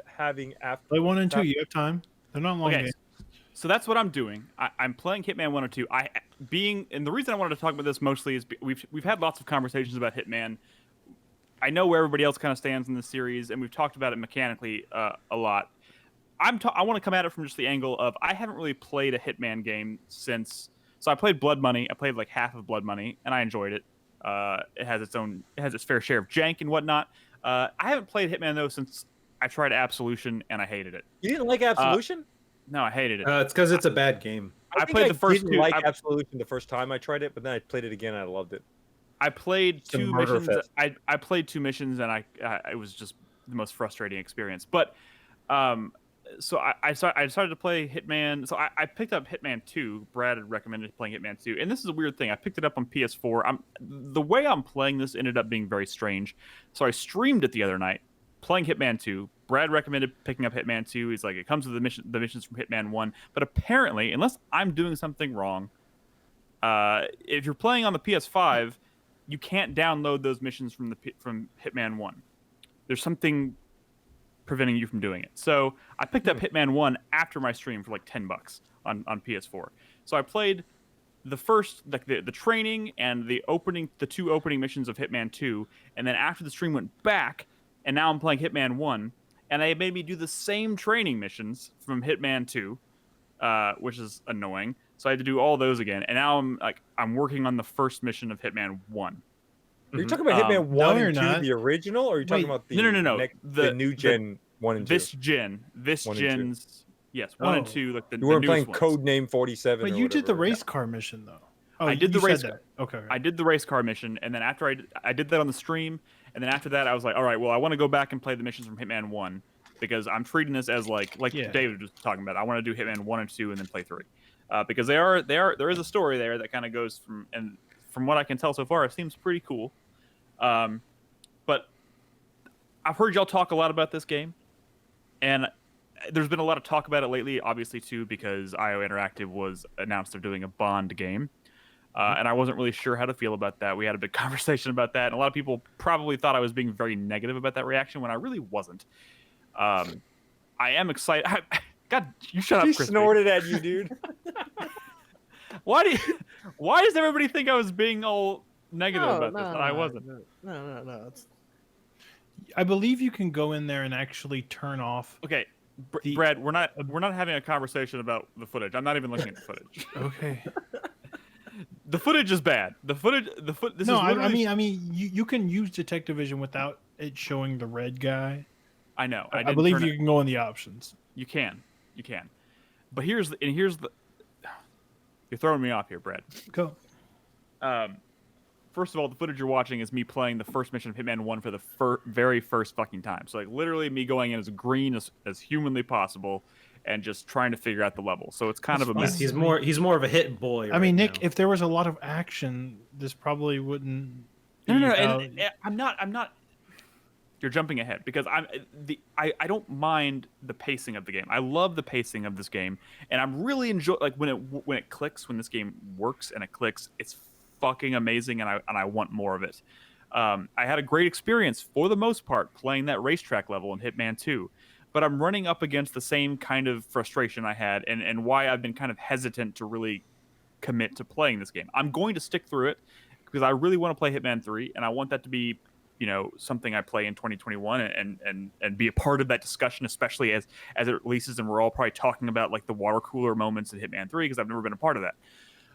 But the wall that I'm running into is that this is obviously a game that's meant to be replayed over and over and over and over again, and that's just not how I play games. Like, I'm playing these levels for the first time, and it's incredibly sloppy. And I am the kind of person, when I fuck something up, my first instinct is to be like, I'm not playing this correctly. I guess I'm going to reload, which is not really how you're supposed to play it. You're supposed to be reactionary and try to course correct. There's no save scumming this game. Well, there is absolutely. You can. Absolutely can. Depending on the setting, you can change it to where you can't, but you can definitely have it to where you can. People in chat. I would agree. People in chat were encouraging me to do that. Yeah, the game gives you 5 autosaves. Like, and very few games actually give you anything like that don't encourage you to save scum. The problem though is this is not the kind of game I want to save scum on. I want to have a very organic, natural, because when you pull off a hit in Hitman, it feels amazing. It could be one of the best feelings in a game I've had all year. Like, it's incredible. But it doesn't happen on your first. It doesn't happen smooth. Almost never happens smoothly on your first try going through a level. It's true, unless you take an extreme amount of time. But I know. I think if your first time through, and even if it's your only time, that's fine. Should be a little more organic, I think. And at least in this game, you have the tools to kind of adapt. Older Hitman games, you couldn't do that. But here's the thing: you couldn't. I don't want to adapt when I end up in a situation where it's like I panic and I just like, okay, well, I'm gonna just messily shoot this guy. Not even a target, just like someone spots me doing something or whatever, and I freak out and I just shoot them in the face. But isn't that the best part? That's the magic sauce, dude. Like, have you ever seen Mulholland Drive? There's a scene with the Hitman game, with the Hitman. Just a random scene with the Hitman. I don't really know why, but I don't know why a lot of things in Mulholland Drive, where he's just like a through fuck walls up. and stuff. Yeah. And he shoots some lady in the next office, and she's like, "Something mean just jumped up and bit me." She didn't even know she got shot. And that's what I'm trying to embrace. But also, it's really easy for like a single fuck up to spiral out of control to the point where you can't recover. To where there's no way you're going to effectively. You can always. You can. It just takes a lot of time. You can have to give them the time to reset, and it does take them a while. Yeah. From my experience in the Hitman games, you can always find a closet and just bunker down and shoot everybody who comes through the door. And eventually you get through it. You can. That is not how I want to play this. You can Hitman VR. You can or can't. You can. Should. Everyone should watch that Hitman VR trailer. I did watch magical.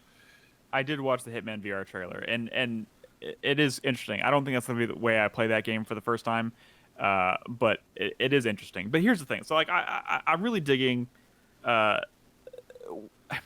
these levels are really fucking impressive, and I never quite grasped. And it's always been kind of an intimidating game to me because it looks like I always felt like, oh god, when I'm in the moment, like it sounds cool to play, but when I get in the moment, I feel like it's overwhelming. Like, which way do I go? How do when am I going to make the decision to attack someone and take their disguise how am I going to know when someone can see me or where I should and shouldn't be going. But now that I've played it and I've kind of got a feel for like how enforcers work, which I think is really, really slick, and how it kind of feeds you hints as to like how to pull off really cool, unique kills, I think that stuff's really great. You'll start to understand the rhythms and the language of Hitman, and there's a learning curve for sure. This is the easiest learning curve of all the Hitman games, and the tools are the most polished. You'll get to a point where by the time you get to Hitman 3, it'll be great. You'll know when you can adapt and when you can't, and you'll have fun doing it, and you'll be good at it. You'll just get good at playing this game, and Hitman 3 will be so much fun. And that's the main reason I want to play Hitman 1 and 2 more than anything, is because I want to make the Hitman 3 experience that much better. I don't want to go into that blind. Or make your Hitman 2 experience so much better, because that it's just as worthy of a game. I mean, they're all.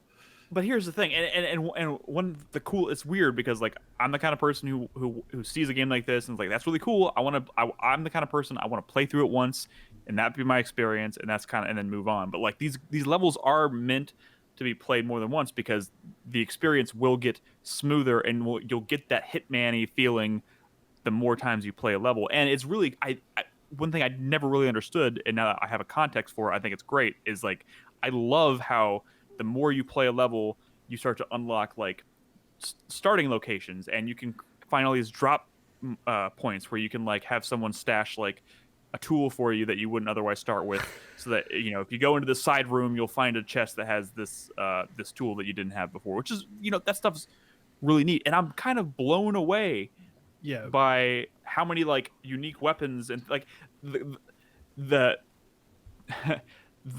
race car level was a mess. Like I was a fucking mess. I was a mess. But it was a lot of fun trying to figure that level out and experiment and explore. I think that's one of the things that they did well in these Hitman games, and that the levels are massive. And they feel alive so in fucking ways. big. Yeah, and it's one of those things where when you don't play with the red markers on for where your actual target is, you could spend fucking hours trying to feel like, where the fuck is they? Like, I have no idea where they fucking are. And you're trying to get intel so you can figure that. And of course, obviously, it's alive, so they're moving the whole time. So it's not like they're in the same place. And so you're kind of having to search for them, and like, oh, like now I got caught on camera because I don't know what I'm doing. So now I need to go find the security tapes. But that is kind of one of the like half the fun things about it is the learning. But here's the other brilliant part. The thing that's so like cool about these games, that like you can play this game one time or maybe twice. I usually play through the levels at least a couple times in my first experience. But then they have live, like not live targets. They have, what do they call them? The special targets? Elusive targets. Elusive targets, where you have a week to kill a new target. But it's the level you now know, right? Because you played it through a couple times in the main campaign, so you know that place. But now you have a new target that has a new route that isn't the same target as before, and now you get to play that level again. But it feels like a different experience. But you only get one chance. But you only have one chance to kill them. So you really that's why you cannot reload. Yeah. You cannot save. Yeah, there's no you can reload chance before you take the shot, but once you make the kill, it has to be good because you can't reload after that. Yeah, and that's one thing too with Hitman 3 I want to make sure I experience, because I didn't really get a chance to experience that with Hitman 1 or 2, obviously. Smart multiplayer mode like Among Us or something, man. It'd be so perfect. But like that the race car level, right? I was playing that. I played that for like an hour and a half. Like it was a mess. I was a mess. But I got to the point where I was like, it's fucking midnight, and I'm getting tired, and I haven't taken out this last target, and I'm trying. I can't find a moment where this bitch is alone, so I can take her out. And I was getting frustrated, and it got to the point where I'm literally standing in that pit stop or the pit car garage area, and she's like walking in, she's talking to all the dudes, whatever, and I'm sitting by the door back here, dressed as like a pit crew person, and I'm just like, how the fuck am I gonna do this? And I realized she's like talking to them, and she's going to turn around and walk back towards the door towards me. And when she comes around the corner, there's like a 2-second window where she is obscured from their view, and she hasn't opened the door behind me, the double doors behind me, to walk out the room. And I was like, fuck it, and I just grab an empty propane tank next to the ground, and I just fucking hit her over the head with it. The melee kills in this game are so fucking good. Just the clank. And like just that moment of like, fuck it, and I just did it. And then after I do that, like she's dead, I was like, well, I can't hide the body. There's literally no way to move it without someone seeing me. So I just turned around, walked out the door, and went downstairs. And I had stashed like a security guard in like a bathroom or whatever. And I just walked downstairs, took his costume, and walked out the fucking out of the fucking level. And like that was beautiful. And that's why I'm now like definitely. That's the Hitman experience. Man. And that's what I'm going for. And I'm really liking it. But also just to address the other part of the conversation, which was IO Interactive now doing a Bond game. I wasn't really sure how to feel about that, mostly because I hadn't really played these games yet, and now I have kind of more context as to how they feel and look, whatever. The opening mission in Hitman 2, where you come up on the beach and you have to infiltrate that house, whatever, felt like the opening of a fucking James Bond. I meant to bring that up when I just had forgotten, and we were distracted by other things. But yes, like that hit level is 100%. And the only thing that would have made it better is if Agent 47 had slept with a guy's wife. That would be the only thing that would have made it more Bond. But yes, that is 100% like a Bond level. It felt like a set piece in like Skyfall or something. Like just the quiet, like you roll up on the beach, it's quiet, you hear the waves, you're just walking along through this, like there's a storm brewing in the background, and you're just trying to find your way into this like house, and then the fucking targets come home in the middle of your infiltration, and like the target goes upstairs with her like her security guy who's also her lover or whatever, and they just start like he gets in the shower and she's like brushing her teeth and they're having a conversation, and I'm in the closet like, what the fuck? And I'm like, this is incredible. Like that's amazing. So I know that mission more than anything was the moment where I was like, okay, I'm playing these games, and I am now more than I have ever been before hopeful about them making a Bond game, because this feels like a fucking Bond movie, and that was cool. I know you said during your streaming, you probably still have the opinion that you just want to play these levels like one and done, just complete the games as fast as you can. But like, I'm probably gonna at least do two missions. Two times. You gotta play through every mission. You gotta play through every like story opportunity, because they are all. No, you good. don't. No, I don't have to play through all of them. I think. Well, okay, most of them are really good. I'm trying to play through these games before 3 comes out, which doesn't give me a lot of time, and I'm also playing like Demon Souls and shit. Don't rush it, dude. Just play it for enjoyment. Yeah, don't rush it. You're not in a hurry to play Hitman 3. You're still have yet to play Kingdom Hearts 3. You know what? Yeah. You know what happens when Hitman 3 comes out, Nick? You can import the levels from Hitman 1 and 2 into Hitman 3, and you can just play those levels in Hitman 3. Apparently not. Start on the the levels. on the PS5, apparently you can't. That's what I'm saying. I had to buy Hitman 1. Because it would not let. Because that's it not no, what you have to own the game. You have to own the game. Yeah. You have to own the game and have played it and whatever, and then when you start the other game, you could import the levels from the previous. No one told me that. They're not just free levels. I thought you buy Hitman 2 and it comes with the levels from Hitman 1. No. That's what I was thought. There is. If you own Hitman 1, when you play Hitman 2, everything from Hitman 1 you now have access to in Hitman 2, and it's going to be the same with Hitman 3. If you own just 1, you'll only have access to 1, but if you own 1 and 2, you'll have access to everything. How do the trophies work? I've now earned the trophy for the fucking training. No. I have no idea. I'm confused. Like, by the way, that was kind of an interesting thing for Nolan and Brad. The fact that Hitman 2 comes with the training missions for Hitman 1 on the disc, but not any of the rest of the game's content. I mean, that's what I'm saying. That's the weird part. Don't ask me. Ask IO Interactive. I honestly don't know. It was a budget thing. That is the reason why I was forced to play the training twice, because I went and I loaded up Hitman 1 instead of going into Hitman 2 after I bought Hitman 1 and just continuing there. Fuck. I've goofed. Okay, all I'll say this, Nick, is you gotta stop using Detective Vision. The game's much more rewarding if you don't use it. Here's the problem is I stopped using Detective Vision and I started getting really frustrated. And I know I want to have the experience you're alluding to. I want it so bad. But I also kept fucking up so bad without having anything kind of guiding me that it became, I was, that whole feeling that I was going for, that feeling of being an effective assassin just was eluding me the entire time. But hang on. You can go into the options. Information. You can go into the options I don't use it at all. But you can at least go into the options and and make it to where you can't see the red target, I believe. So what I would say, Nick, I understand where you're coming from.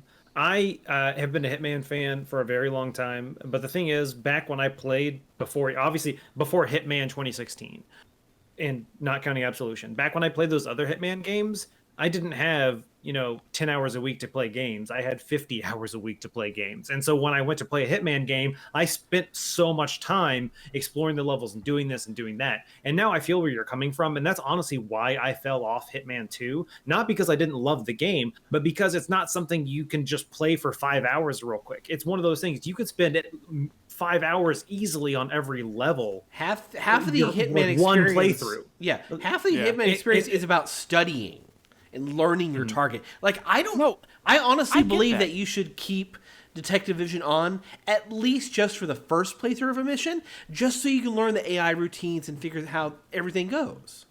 He's a cheater, and he wants you to cheat with him. Don't do it. Don't give in. I'm going to message you later, Brad, and I'll talk to you about this game. Hitman? Yeah.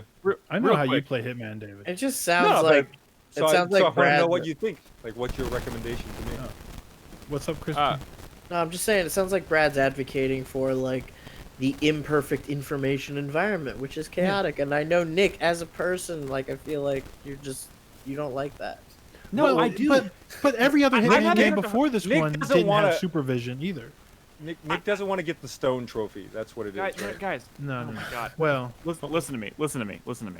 This is so hard to explain because I absolutely 110% want to have the experience Brad and Crispy are alluding to. I want to go in without anything pointing me where I should be going and just kind of take in the environment, learn it, react to it, and but more importantly, I want to do all that and accomplish my mission. You want to perfectly react to information. But hold on. I think Nick might be missing something. How often did you pull up your map when you played this? Never. Okay, that's a big here's deal. The thing. You turn off the supervision so you can't see people through fucking walls, but you can still look at your map. And if you look at your map, it shows the target moving around in real time. You just have to. You can't rely on it as much as you rely on your supervision, which makes it. So it's got like a Marauder's map kind of system. I mean the old. I like that Harry Potter reference. Yes, the old Hitman games had that where you could use the map and stuff. And so I think I agree with Brad to an extent that if you want to rely on something to help you, but not use your detective supervision that makes you a god, the map is definitely. So you look at the map and you're like, oh, he's currently upstairs. Let's put my map away and try to get upstairs. You know what I mean? Yeah. Okay, listen real quick, because Vang in chat says Nick enjoys exploration experience in open world games, but so he should enjoy the exploration experience here, and I absolutely am. But and you probably saw this in the footage. So like, I walk outside and I see like a bunch of guards outside, and I'm like, and I had this in my head. I was like, I think I'm out of sight. I think, and I'm hearing a bunch of static. What's going on? Me too. It's Chris Davis. Chris Davis is having mic problems. So I walk outside and I see these guards. I think I'm obscured from their view. And I decide I'm going to try and climb up this pipe to the second floor window and bypass all the security on the first floor, right? And I get like halfway up the pipe, and then and then someone fucking sees me, and then they start like alerting people, and I'm just like, well, I'm just kind of like sitting here with my dick in the wind, like I'm on the side of this building. Well, that's why they're alerting people. I know, but like that was my attempt at like. Put it away. That was my attempt at exploring the map in like a unique way, and it went sideways on me. And now I feel like there's no recovering from this. I'm just kind of fucked. But here's the thing: there is a lot more ways to recover now than before. So like, I don't know. I'm gonna find the rhythm. I'm still very early. I've played 1.5 missions. Do you ever feel I'm not trying to like project my feelings about these games onto you, Nick. I kind of feel where you're coming from, because like I do really like Hitman, all the Hitmans I've played, but I get that way where it's like I just want to play the game and like have it be a thing, and I don't want to like study the game by replaying it over and over and over and over again, and like I don't go into a Hitman game planning my next like 3 playthroughs of it. You know what I'm saying? Right. Also, I want to play a mission and not immediately.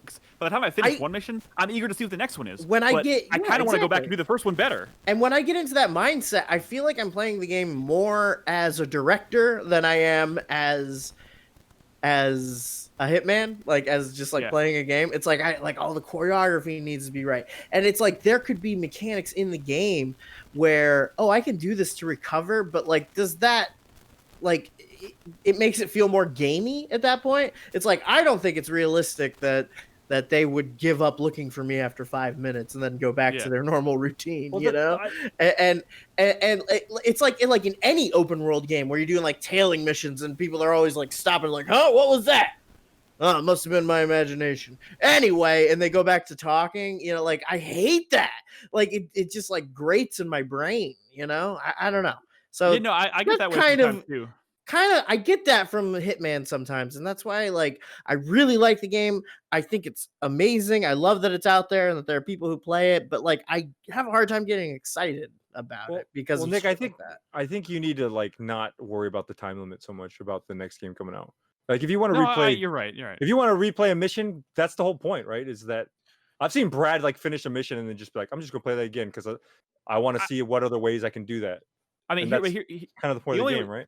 The only real reason I feel on one hand, I'm like, why am I feeling rushed? It's fucking January. It's not like I'm like trying to cram for the 2021 game of the year. Also, calendars are fake. Right. And the world could end any day now. So, but on the flip side of it, I do want to be a part of the water cooler conversations. I want to be able to have these like y'all are going to be just jumping right into it because what's you've already stopping played for you from just starting up 3 when it comes out?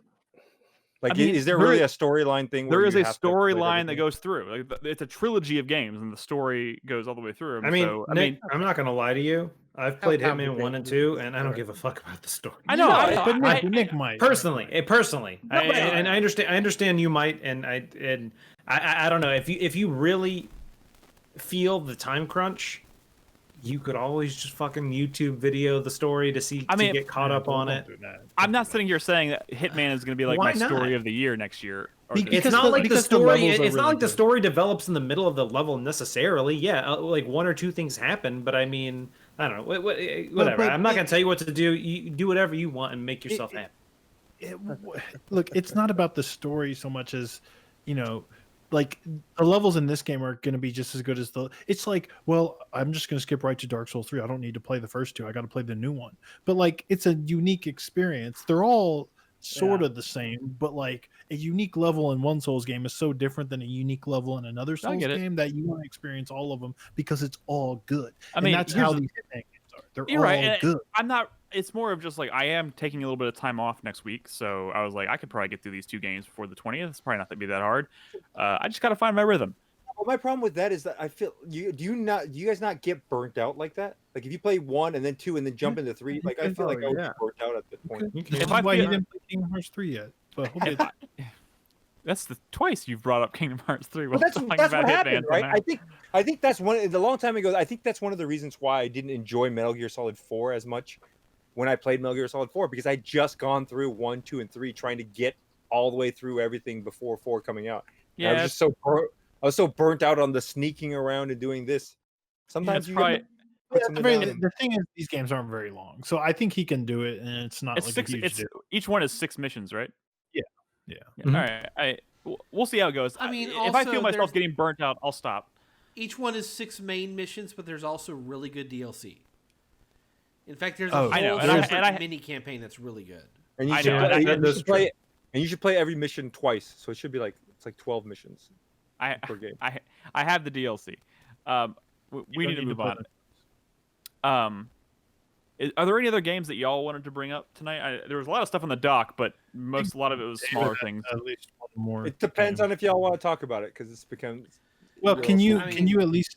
You seem to really be enjoying this, so do you want to at least do your? Well. So going back to what Nick was talking about Hitman, as far as like for Gear, he's talking about Gears Tactics. I've been playing Gears Tactics, which is surprisingly fun, really really fun.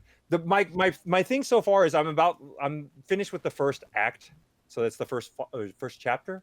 Chapter is 5 acts. Is that how the Gears? No, it's actually 3 acts. Three acts, but 5 chapters, right? Each act.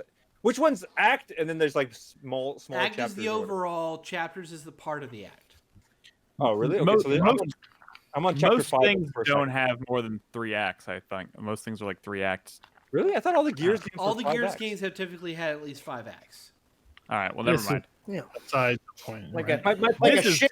No, Brad, we need to get to the bottom of this. This is very important. Let's figure this out, My big question is with Gears is I'm wondering if I'm liking Gears Tactics because so far the most frustrating thing about these tactics games is that when you try to plan it out and it doesn't go your way and you just get destroyed or your mission becomes a lot more difficult because of it. This is one of the problems I had with the Valkyria 4 is because there's sometimes where you're like, oh, you just got to get to this point. And once you get to this point, they drop a million guys all over you and you're like completely fucked.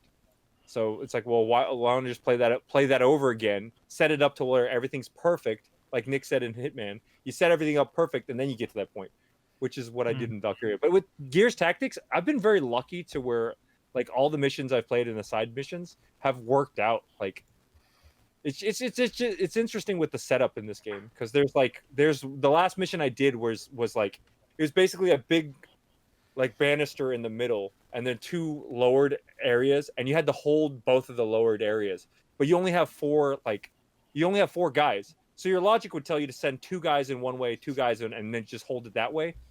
But I did it in a way where I took my heavy machine gunner dude and I had him just sit on the top banister to where he could just kind of cover both sides. And one of my dudes down. And one of my dudes, I was like, well, you're just gonna have to hold it on your own side by yourself. And it kind of worked out where the enemies dropped in. There's also like little cases where you have to go pick up, and by picking up cases, you get like upgrades for your weapons and stuff. That's how you improve your characters. So it's really beneficial for you to go out there and like venture out of the battlefield to go grab those cases. And it worked out to me where there was like one case super far out, and I sent my guy all the way out there, and I was like, "There's a chance that they're going to drop a bunch of bad guys right on that case right as I pick it up," and they didn't. They sent it on the other side of the. So my question about Gears is I don't know if I'm enjoying it. I'm enjoying it because there's like the tactical nature of it, and there is this kind of like I'm not a huge fan of Gears, but they are like creatively like putting it in there to where you have that like Gearsy like because like the frag grenades are a big deal, and these emergence holes comes out of the ground, and in the regular game you have to throw the grenade into the hole to seal it back up. They find a smart way to implement almost every typical Gears mechanic. Absolutely, like with the classes, different classes. There's like Overwatch. There's like special moves. There's like stim grenades and stuff like. It's really it's pretty cool to see them all like the way it's all tied in. But I mean, wondering.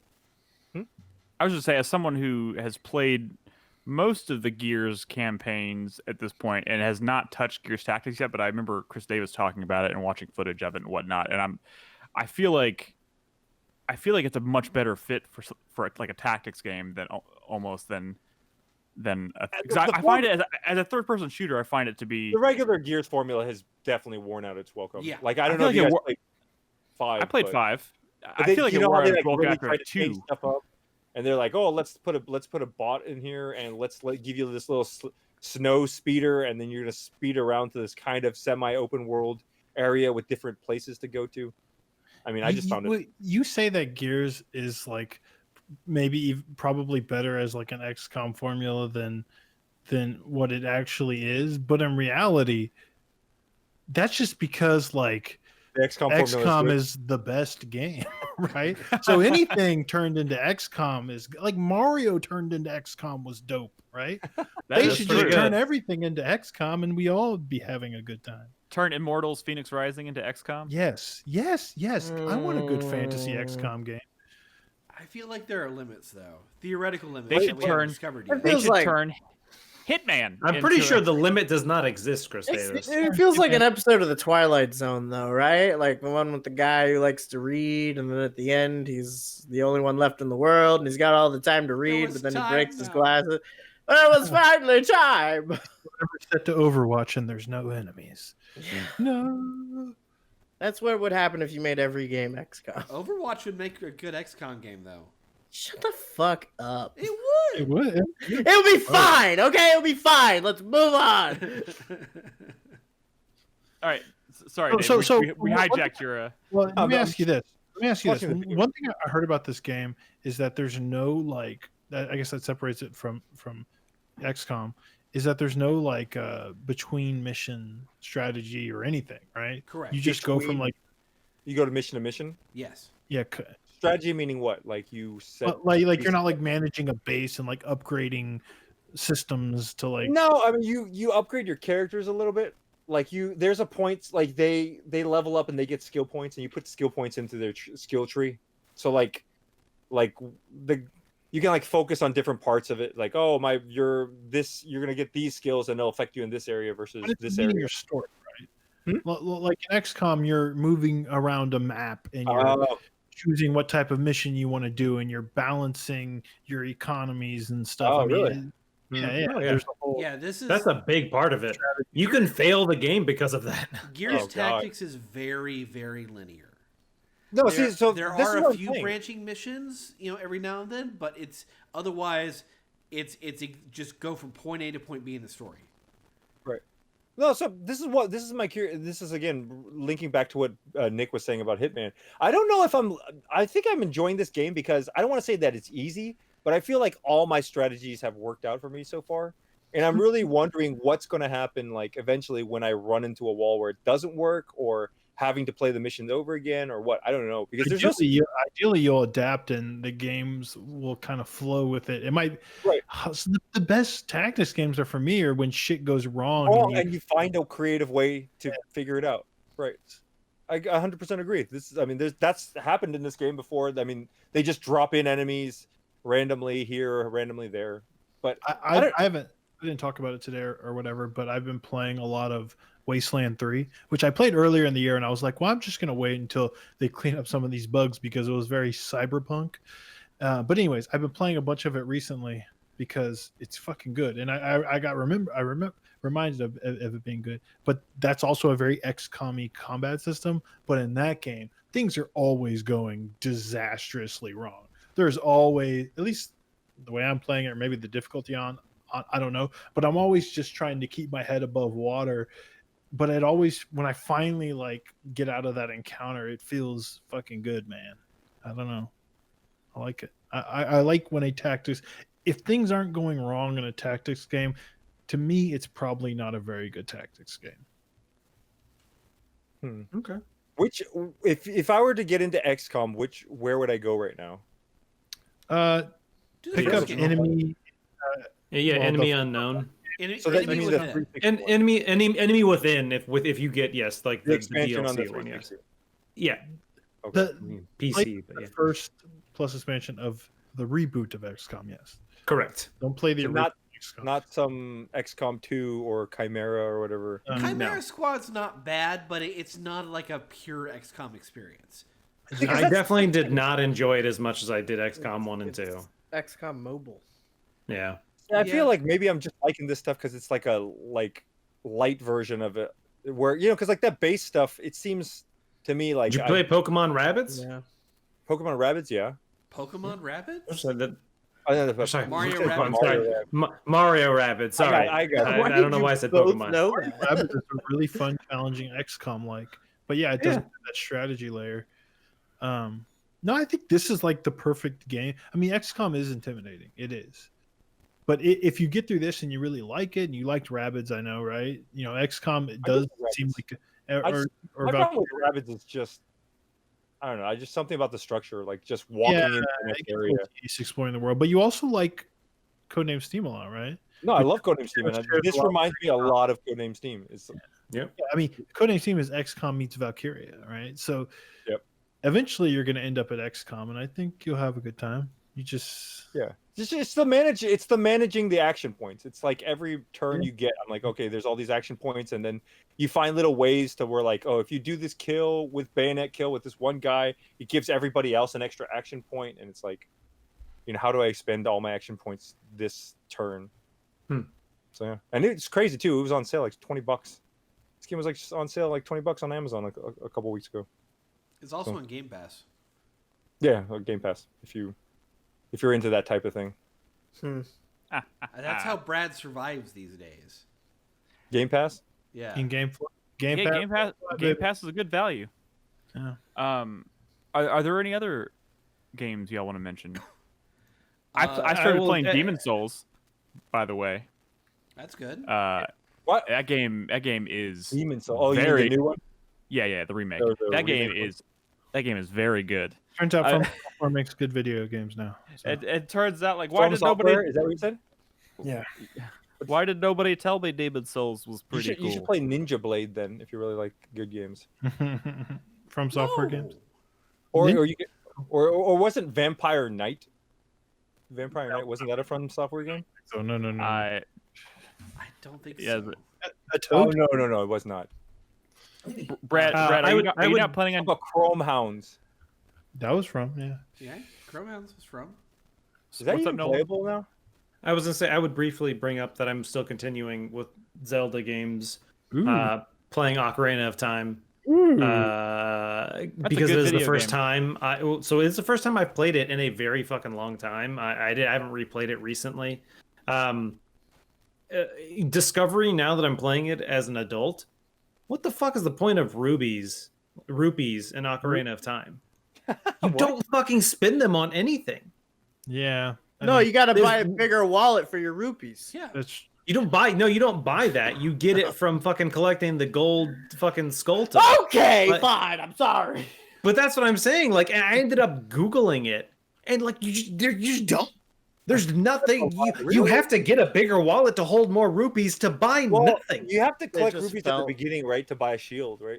Yeah. To be fair, fucking 40 rupees. They just felt like there should be some kind of economy in that game. I guess. Yeah. They don't to be fair, is there really not stuff like to spend money on? Like you don't have to buy Breath potions or like arrows or bombs. I mean, you can buy arrows, but you can also fucking slash a piece of grass and get some arrows. Yeah. Dude, remember A Link Between Worlds where one of the big unique things is you rent weapons before you can buy. Oh yeah. Dude, that was a fucking cool concept. That's what I'm saying. So, and that's actually one of the things I wanted to bring up. And I don't know if I'm going to do some retrospective on all the Zelda games that I'm playing. But yes, in previous games, like in the fucking, and I mean, I guess Oracle games, I think technically came out after Ocarina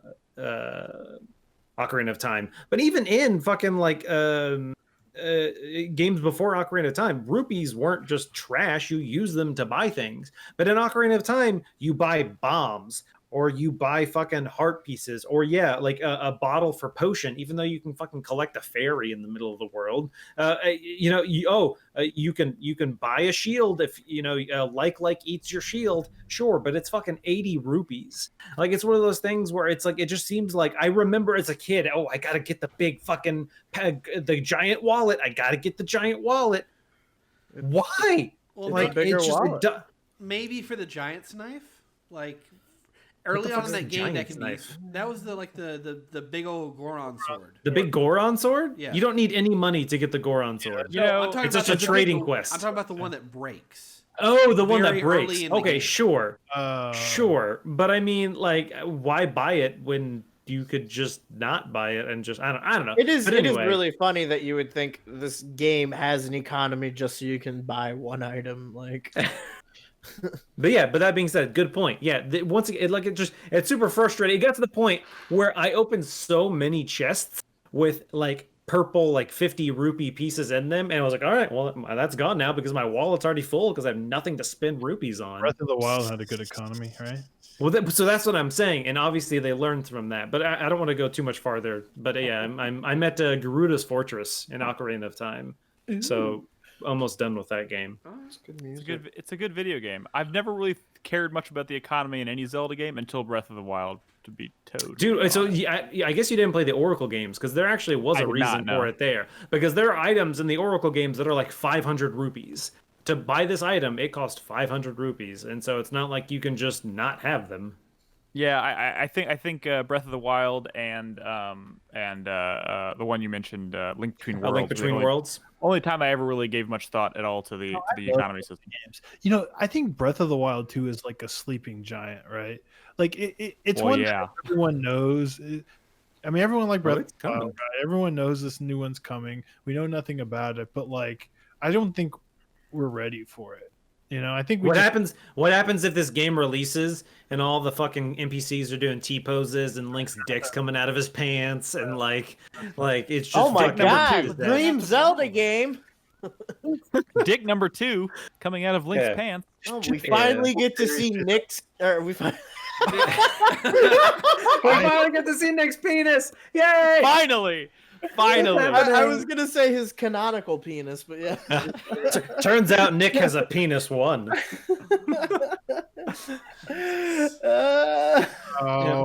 But the slider all the way. It's all foreskin. Oops, all foreskin. All right. On that note, Chris Davis. No, not.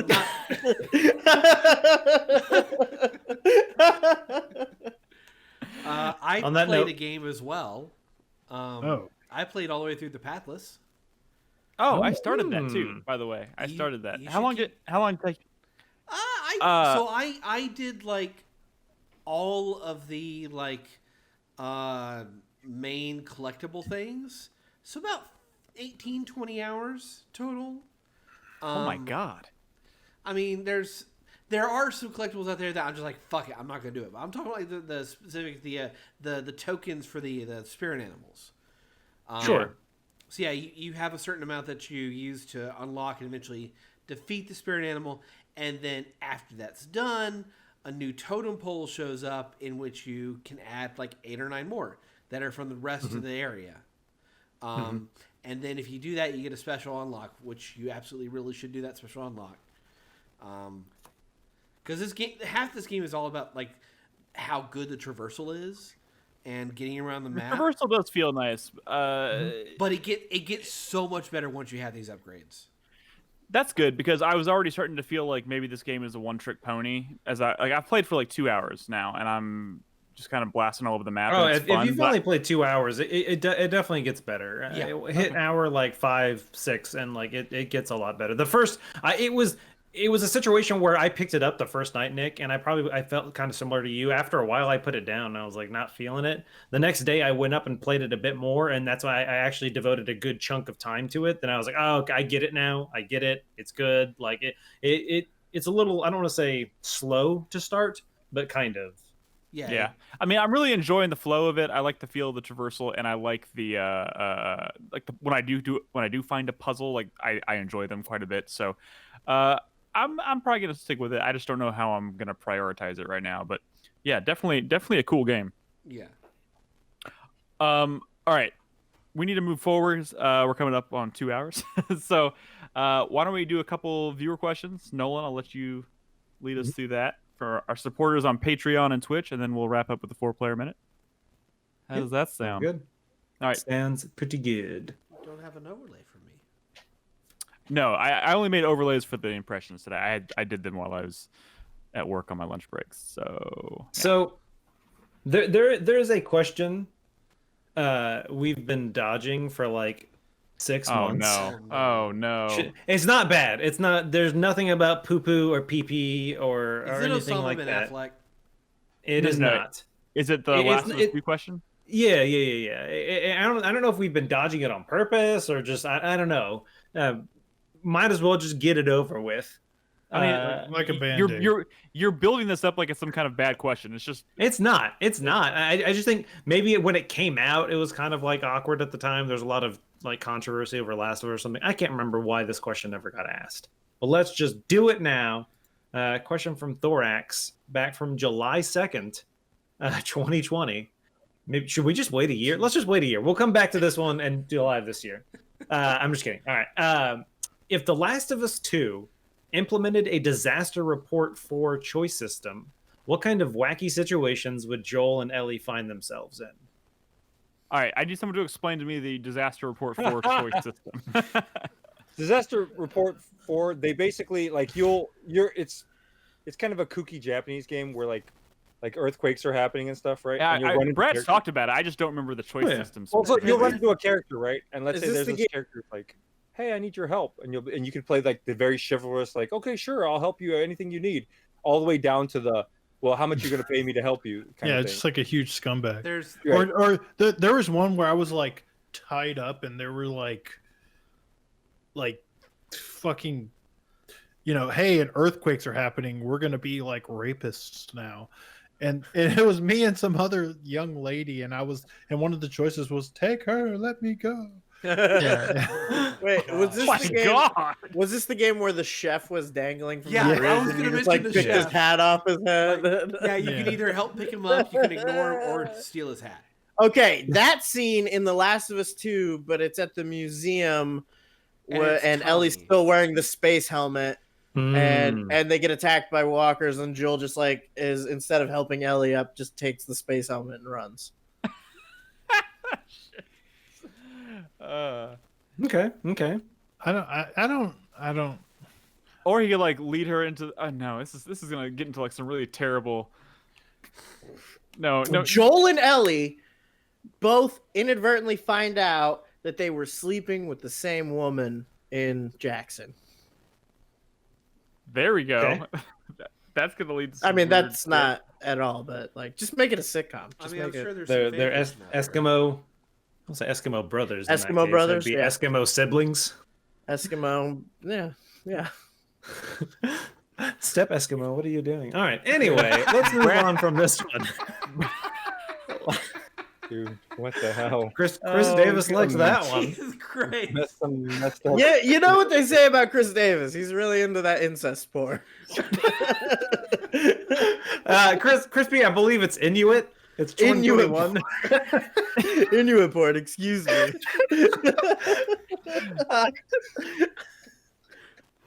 Oh my god. Okay. Let's get on to something a little more topical. A little more PC. This question is from September 30th, 2020. Watching that presidential debate made me want to escape to nostalgia. Well, where did those Lord of the Flies videos go? Can't seem to find them in Dropbox. He's talking about the animated nerdiness.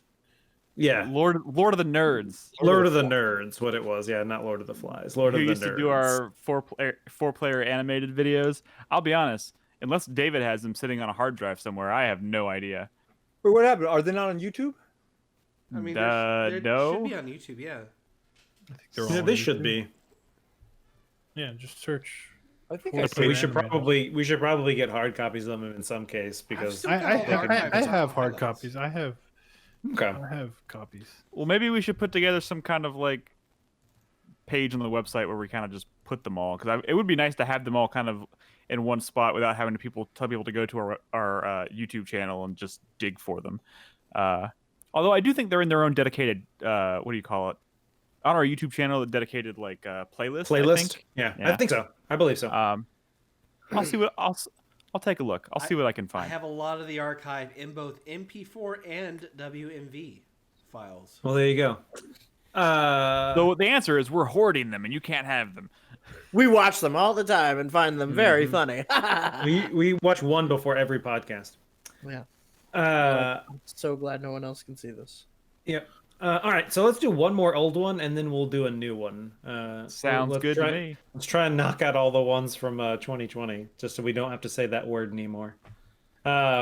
This one is from November 17th, from Negative Cosine. It's a long one, a lot of words. You guys mentioned the last podcast that everyone usually hates when games reuse assets. Except Yakuza, where assets reuse has allowed them to crank out roughly 10 games a year. Not quite, but close. Each game is better than the last with new ideas and mechanics. Kamurocho has also become as much of a character as Kiryu ever was. Is it time to rethink how games are made? Asset reuse would reduce dev time and cost and allow developers to focus on improvement instead of making new environments from scratch each time. What franchise do you think would work best with this? Well, first of all, I think the answer to the first question is it time to rethink how games are made? The discourse over the past year, I think, should make that a very obvious yes. But mostly in reference to crunch, which is also probably tangentially related to the reuse of assets if we were more willing to do that. Yeah. But I think it's kind of a weird question because there's probably a lot more asset reuse than we're even aware of. You know? Oh yeah. Probably. Like so saying like is asset use good reuse good or bad is kind of like. I mean, it's already happening to such a degree that we don't even notice. Like, I think what they're trying to say, and it's the hard question here is obviously what they're referring to is specifically with Yakuza that Kamurocho, literally the whole world map is the same every game with a few exceptions. But doesn't that mean it's less a discussion about like should they reuse assets and more like if your game is good, no one's gonna care that you're reusing assets because it's a good game. Yes, I think that's the direction it's going. And one of the reasons that the Yakuza games are so good is not necessarily the world, but it is the sub-stories that you encounter. It is the character-driven story. That can be a little tough with say like a Call of Duty game. You know, if Call of Duty were to re-release the same map every single year, I don't know if they could get away with that. Right. I mean, well, they do. It's called Nuketown. Yeah. What did David say? Well, that's the point, though, right? Because Yakuza is kind of an open world game, but it's not really, right? It's not about exploring the world and finding, like for me, like if you said Breath of the Wild, as much as I love the world of Breath of the Wild, if you were like saying Breath of the Wild 2 is going to be the same world, but we're just going to like change it up a little bit, yeah, Brad's shaking his head, like no, people would feel like cheated out of it, right? Because I think consumers like. Do we think that's not what that's going to be? No, it can't be. I hope it's not. If it is, it's got to be. I like definitely think that's what's going to be. That's what they kind of do with Crackdown, right? Crackdown 2. Crackdown 2 did that. Yeah, that's true. Crispy, I think in that regard, they will probably reuse assets, as in they will lift this tree model from here and put it over here. But I think they will change the landscape, obviously. So I think I think that was Hyrule in like that is Hyrule in Breath of the Wild. Well, but if you want to talk about Breath of the Wild, fill it with an ocean. You know, there's ways you think you can do it, but like the map and the exploration matters way too much to that game specifically that if it was the same, it would ruin it. It's not like like Miles Morales, you're in New York again. It doesn't matter because you're watching it. I mean, it's a real place, right? And that's kind of what happens with Yakuza. Is exactly. I mean, Kamurocho it's not. But you're just going from point A to point B to experience something different. You experience different stuff in the stories and what's going on.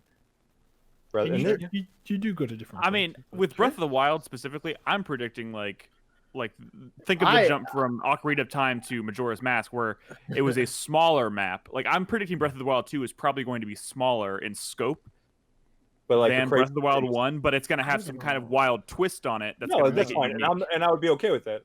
Yeah, I like Majora's Mask better. I think we need to start getting those expectations in line because I don't think there's any way they're going to make another Breath of the Wild and it's not going to be the same. March of 2017. Crispy. Y'all March are both of 2017. Expecting Breath of the Wild to have the same map as Breath of the Wild 1? I say 2/3 to 80%. Yeah. I think that's crazy. No fucking way, dude. Yeah. Like I think they might spend change, 100 like hours saying, exploring that.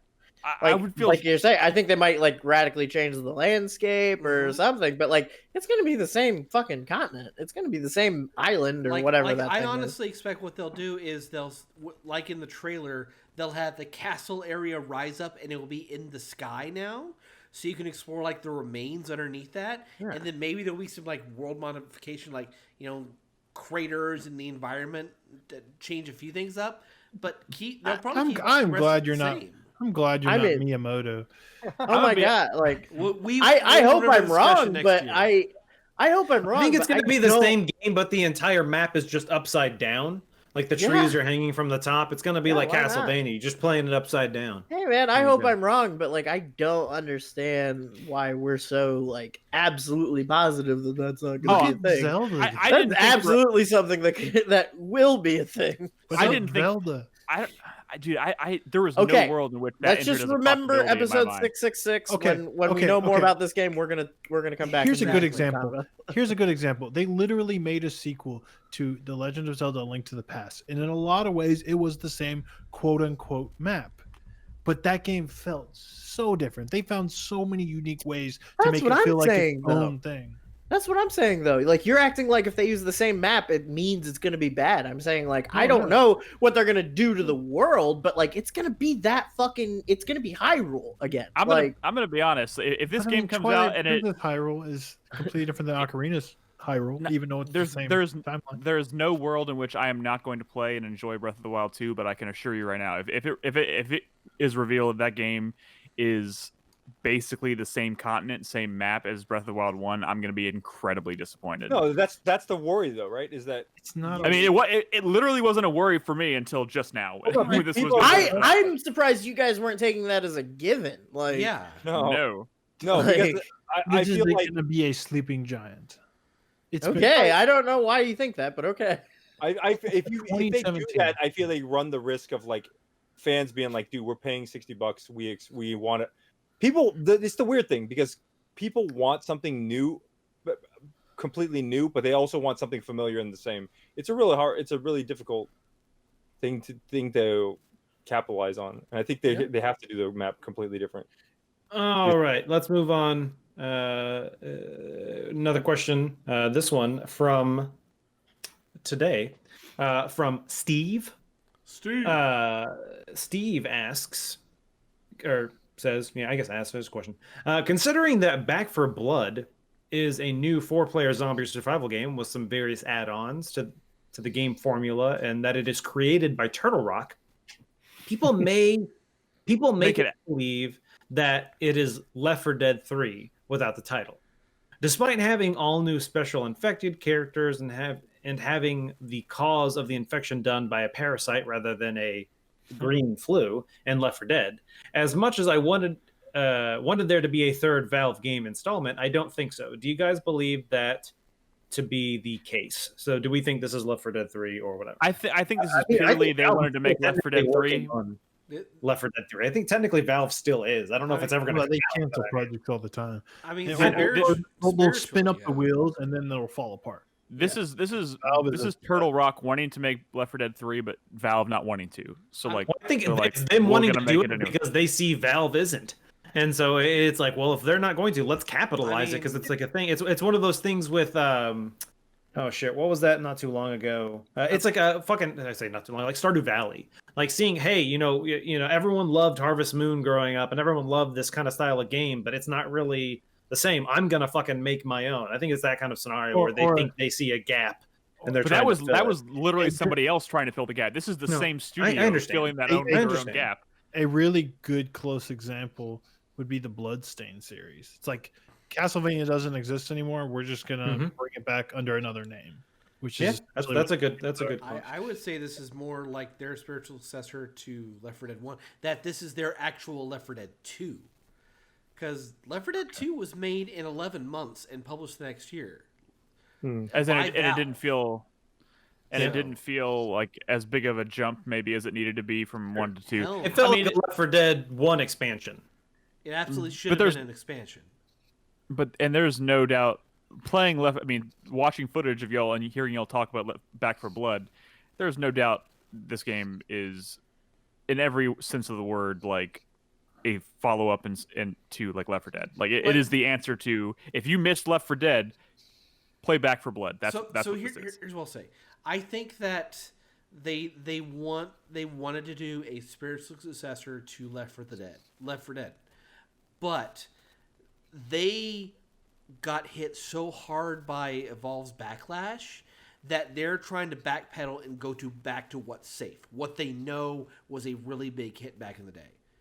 So yeah, I mean, this is also a rebound project, rebounding off of something that was not very successful for them, going back. You're right, going back to something that we know they do well and that they know people will flock to. Yeah. That's probably a big part of the reason why they didn't even bother like differentiating the name. Like the fact that it uses the same naming conventions as Left 4 Dead to evoke the feelings and the making the connection between those two series is all very intentional. I mean, this game didn't have any screenshots. It didn't have a trailer. It didn't have anything until 3 weeks ago.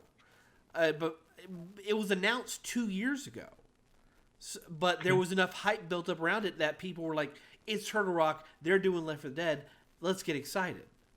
You keep saying Left 4 the Dead. I know, I do. Funny. Left 4 the Dead. Poor Evolve, right? Because Evolve, Evolve was a cool concept, man. I hate when a good idea. like does some like this really cool new ambitious thing, and then it just sort of flops, like nobody cares, and then they just completely throw the baby out with the bathwater. Kind of happened when Intelligent Systems made Codename Steam. Yeah, Evolve just had it had good ideas. The problem was the core gameplay loop from the multiplayer just wasn't working, and the progression system that they were offering just was not rewarding at all. So that just killed any interest in the community. Yeah. Let's do one final question for tonight because it's a quick one.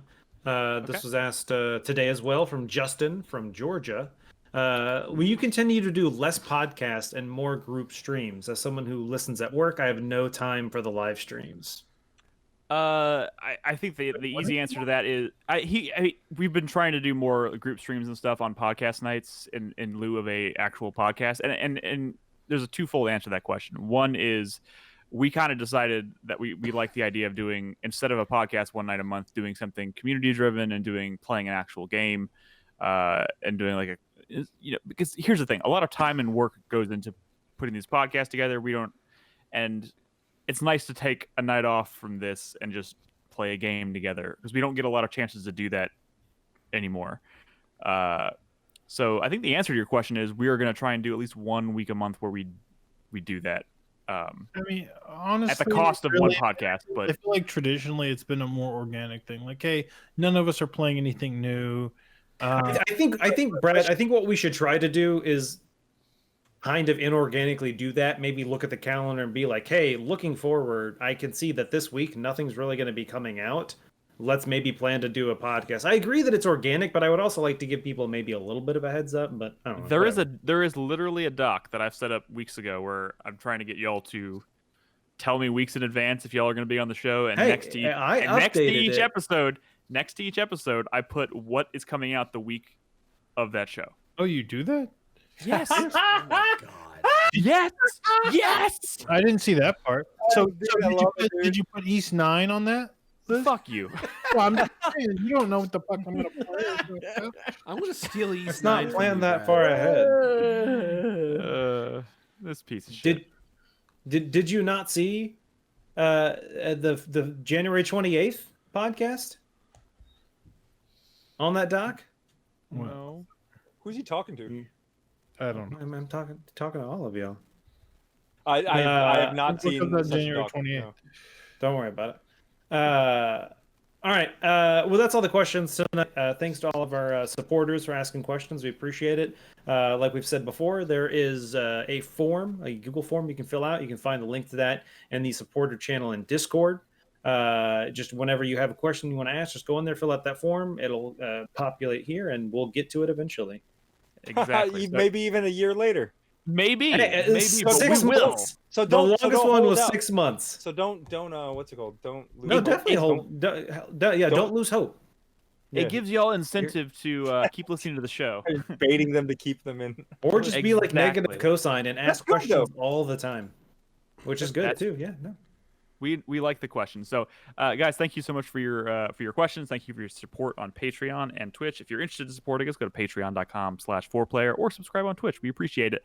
But now let's wrap up the show with the 4-player minute. Let's try and keep these to a minute, fellas. We have 6 people on tonight. You need to give people good incentive. Like, you need to offer a prize. Everybody stays under a minute. You get a chance to win the prize or something like that. Is the prize a don't have copy to of look at Codename next minute. Steam? Well, whatever. Yeah, David will send you a copy of Codename Steam if you're under a minute. Well, I mean, that doesn't have anything to do with us. I'd send them a copy of Codename Steam if they go over 10 minutes. I already have a copy. Hey, okay. This week I'm going with I'm doing a cop out. For hypes. The lazy cop out. Just doing a bunch of hypes, right? Go for it. Some of my colleagues Why are you holding a mic like that, too? They don't want to have to think about it. Dude, stop touching your mic. What are you doing? He's getting fire, dude. Let's see. My first hype for this week is, of course, Monster Hunter Rise.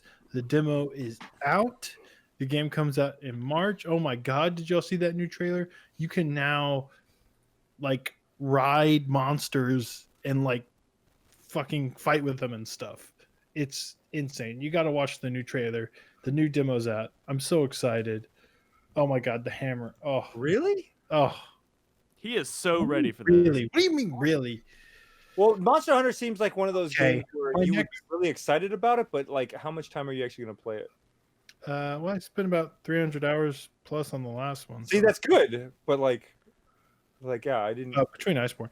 My second hype is for East 9. There's also a demo for that out. I'm going to be playing both demos tomorrow on my stream. I'm very excited about a new East game. You can put me down the week that game comes out. I'll be on the show. I'll talk about which one? Right? East 9, East spelled 9.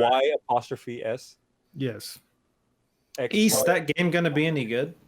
I'll tell you tomorrow. God, the demo, come but on, man. That was a good one. That was a good one. That was a really good dad joke. It's not that good. It was fine. It was okay. I liked it. My third hype is for Hitman 3. I can't wait. Specifically, Hitman VR. Again, watch that trailer. I mean, I don't know how they built the game that way. It seems crazy, but they literally, he reached his arm over, tapped a dude on the shoulder. That guy looked around, and he looked back, and he punched him out. There's people talking about doing play VR in every Hitman level they've released in this trilogy. So they built tap everybody on the shoulder. Yeah, there's people that are saying they're going to do entire runs where they do nothing but the tap and punch method. But it seems like it would be really easy because you just can knock everybody out in one punch. It's really easy to like aim guns and stuff in VR, so you're not like playing with awkward shooting controls. So I don't know how you could play those games, but it definitely seems like it would be a very unique experience, which is a cool way to see it, to try a Hitman level. So you have a VR setup, Brad? Yeah. Well, I have the adapter PSVR for PSVR. Okay, so it's VRable. Yes. What's the choice VR system to go with right now? Well, since it's only coming out on PSVR, like if I want to get VR stuff. Oh, well, PC VR is just generally a lot nicer looking and more powerful, but that's not the Oculus, correct? Well, Oculus is on PC, but I love my Oculus. But if you buy an Oculus now, you are required to use a Facebook account to access it, and I gave up Facebook. Okay, I am already looking into getting a new headset because I don't want to have to deal with this Facebook shit. That's so. Cool. But I understand kind of. But the new one, the one that you don't have to be connected to a computer, but you can the Quest. Wait, no. Oh yeah, the Quest. You're right. The Quest. The Quest 2. Cool, right? Yeah. Because it's more powerful without being connected to a computer, so you can play. You know, like if you just want to play some Beat Saber or whatever, it's like perfectly fine for that. But you can still like connect to a computer, play Half-Life Alyx and stuff. So maybe that one's pretty reasonably priced. Make me a list of those exclusive games that I should, and I'm not going to ask. Go ask Jeff Gersman or somebody who plays a lot of. Cool. I'll call him up after the show. And my final hype, in my very long 4-player minute, is for Bravely Default 2. I feel like this series became like, see, look at the face Nolan made. Like there was a time when Bravely Default, like people were so excited, right? Oh, I'm super excited when it came out, and then I played it. Well, no, but it's. Was it not? I just want to play like a nice, like well produced, well polished, like old school JRPG that isn't Octopath Traveler, because I feel like Octopath Traveler stole Bravely Default's. I understand the want for that, Brad. I definitely understand the want for that. And you know what? If Bravely Default 2 comes out and it's great, I'll probably pick it up. You know what I want to play? I want to play a quote-unquote Nintendo handheld game. And this feels like a Nintendo handheld game in a world where we don't have a lot of Nintendo handheld games anymore. You know? I want to play an RPG on the go. You know, an old school one. This feels like a good one of those, right? It's funny. I feel you there. It's funny. That's it. My 4 hype. All right. Crispy. Okay. My hype is right now for Legend of Zelda Breath of the Wild 2. It's like the only, I don't know, like there's smaller stuff coming up sooner that I am excited about or interested in, but that one feels like the big the long term, like on the horizon, like in the next like 3 years, I'll be playing that game. You know, that's Watch kind that of Monster Hunter trailer though, dog. No, I will. The movie trailer. I'm just sad because all the people I played Monster Hunter with on PlayStation don't have Switches, so it's like, fuck, like I'm losing all my people I play with. I do, buddy. I know. Yeah, I know. He said friends. Oh, come on. Dang. My sweat is for all Hail you guys that think that Breath of the Wild 2 is definitely going to have a different map. I just Let's put money down on it. I just hot dog bet. I think it's better if we all just temper that expectation and let ourselves be pleasantly surprised. Hot dog bet. The other way around. The other way around would be absolutely horrible. My fuck you for the week goes to all of yesterday. All of January 6th, 2021. That was a fucking mess, and it's just gonna get messier. And my I feel like things are going in a good direction, I feel like. So hopefully it doesn't get messier.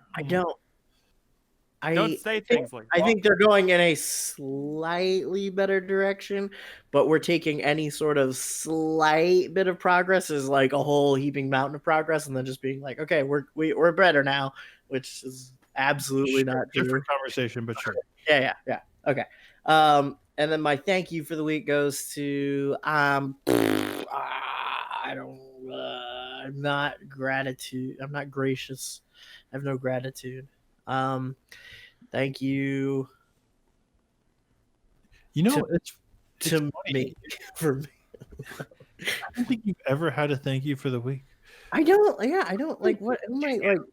I mean, like a gaming thank you is like what does that fucking mean? I don't know. Thank you to Miyamoto. Thanks, Miyamoto, for making games I like to play again. You can do anything. You can just do another. When all else fails, do another hype. It's so easy. It's so easy. Thank you to Sony Ben for Days Gone. Thanks for Days Gone. Fuck yeah, thanks Gone for Days Gone. I thought it was. I'm thanking you for that game because I like to see my friend Nick happy. Aw, and that game made him happy. That's so nice. It does make me happy. That's it. All right, Nolan. It's your turn, bro. How could I have expected this? All right, my 4-player minute starts now. My hype is for Monster Hunter Rise demo. I already have it downloaded. I'm probably going to be playing it. Maybe that might lead to me playing the first Monster Hunter game I've ever played before. So, what, David? No. Gave thoughts. Okay. Watch that new trailer. Oh, it looked like Brad was wafting like shit smell to him when he was doing that. Well, no, I'm like Crispy has no one to play with. Monster Hunter's gonna be Nolan's getting into Monster Hunter. No.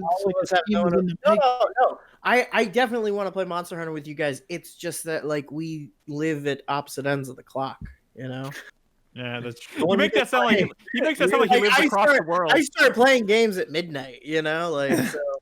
My sweat/hype is going to go to Hitman 3. I definitely plan on picking up Hitman 3 mainly because I want to play fucking the VR thing, but that would mean I don't own Hitman 2016 and 2 on PlayStation. I own them on PC.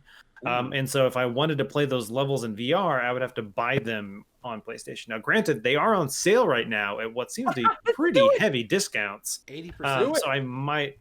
Yeah, 80% off. Like you can get like the Hitman 1 like Game of the Year edition, whatever, for like $10. Wait. Doesn't the Hitman 2 Gold Edition come with all the Hitman 1 stuff? So that's what I need to figure out. Yes, I need to figure out which one I need to buy if I'm going to buy one, so I can not spend extra money. But okay, anyway, I'm definitely excited for Hitman 3, especially the VR aspect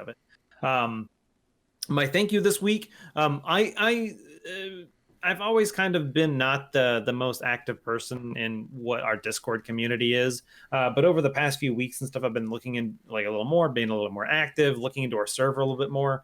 And I didn't really know what nitro or boosting and stuff was, and then I found out about it, and I'm like, oh, when you boost a server, you get some cool stuff. And I didn't realize there's a bunch of people in our community that are boosting our server, and so I just wanted to thank all those people. Well, I am now too. That's not something you'll have to do, and I'm not asking anybody to do it. But for everyone who does, I appreciate that. Thanks for doing that. It helps our server be a little bit. Honestly, it helps this fucking stream look better, and sound better. So that's a cool thing. No idea. Moving on, my fuck you this week. My fuck you for the week is going to go to myself. Because I'm kind of wrapping up my playthrough of Ocarina of Time, and there's rumors that Ocarina of Time might be re-released on the Switch. So great. Really? Fuck myself. Yes. What I know it's just Zelda anniversary.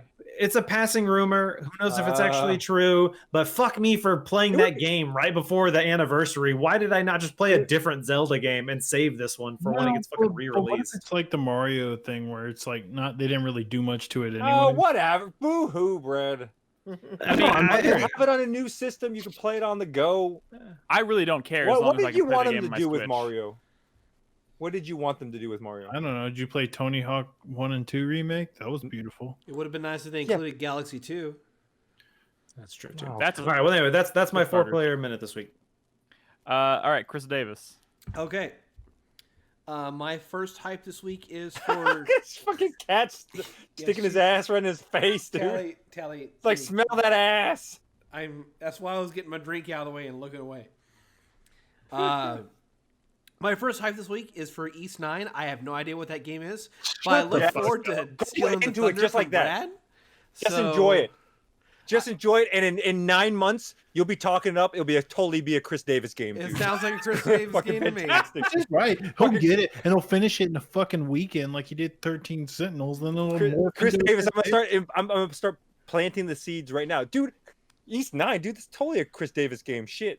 Chris Davis is Chris Davis game. Yeah. Chris Davis is learning.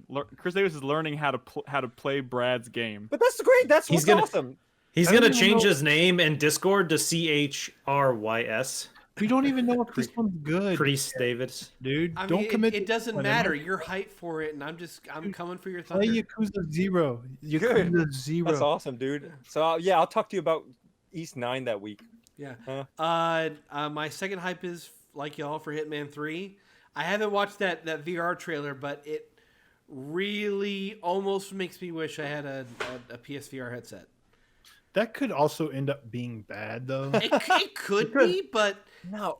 Wouldn't it just be funny for those? That's not the primary way to play the game. So right. I'm guessing it's going to be jank as fuck, but you can play the whole game. But you guys will love it. Y'all will love the jankness of it, right? Yeah. Bring on the jank. Any game where you can move around your arms in VR is already. Hey, I'll tell you right now, 8 out of 10. that Walking Dead game in VR, Saints and Sinners, is pretty incredible because of how much freedom you have to, use your physicality in like unique ways.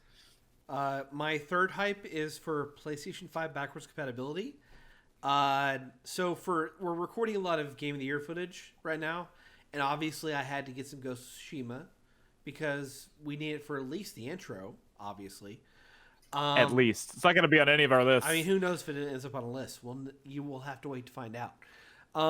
But let me tell you, that game has been patched for the PS. I bet no one gives a fuck. That game got patched for the PS5, and it runs 4K 60, and it is gorgeous.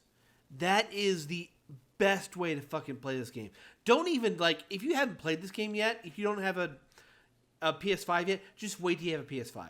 Just don't even touch on the PS4. Better. No. Wait till you have a PS6. It's going to look so good on the PS6. You might as well just wait till that comes out. No, that's not going to happen because Sony doesn't support their systems more than one back. So I'm sorry, the PlayStation 5 Plus. Everybody needs to stop talking. It's like on a literally base everybody that on I the wanted screen is to- talking. Stop it. Chris Davis, you're part of the 1%, dude. No one has a PS5. I played that game on a base PS4 Pro, and it loads fast and it looks beautiful. Okay. All own a PS5 here. I'm just saying. I know. No, Fuck he you, bitch. yeah, Oh, I Crispy thought Chris doesn't. got one. I'm And what sorry. Crispy doesn't. Chris got And one. I'm what sorry. he no, what he's just saying is there are still way more people out there who want a PS5 that don't have one. Right. All right. All I I'm was saying thinking is that about when I was going to play that game. I might But I'm gonna hold replay off now. through Ghost of Tsushima just for this update. I never played any of the Must be Legends nice. content. I hear that Days Gone got this treatment too. So Okay.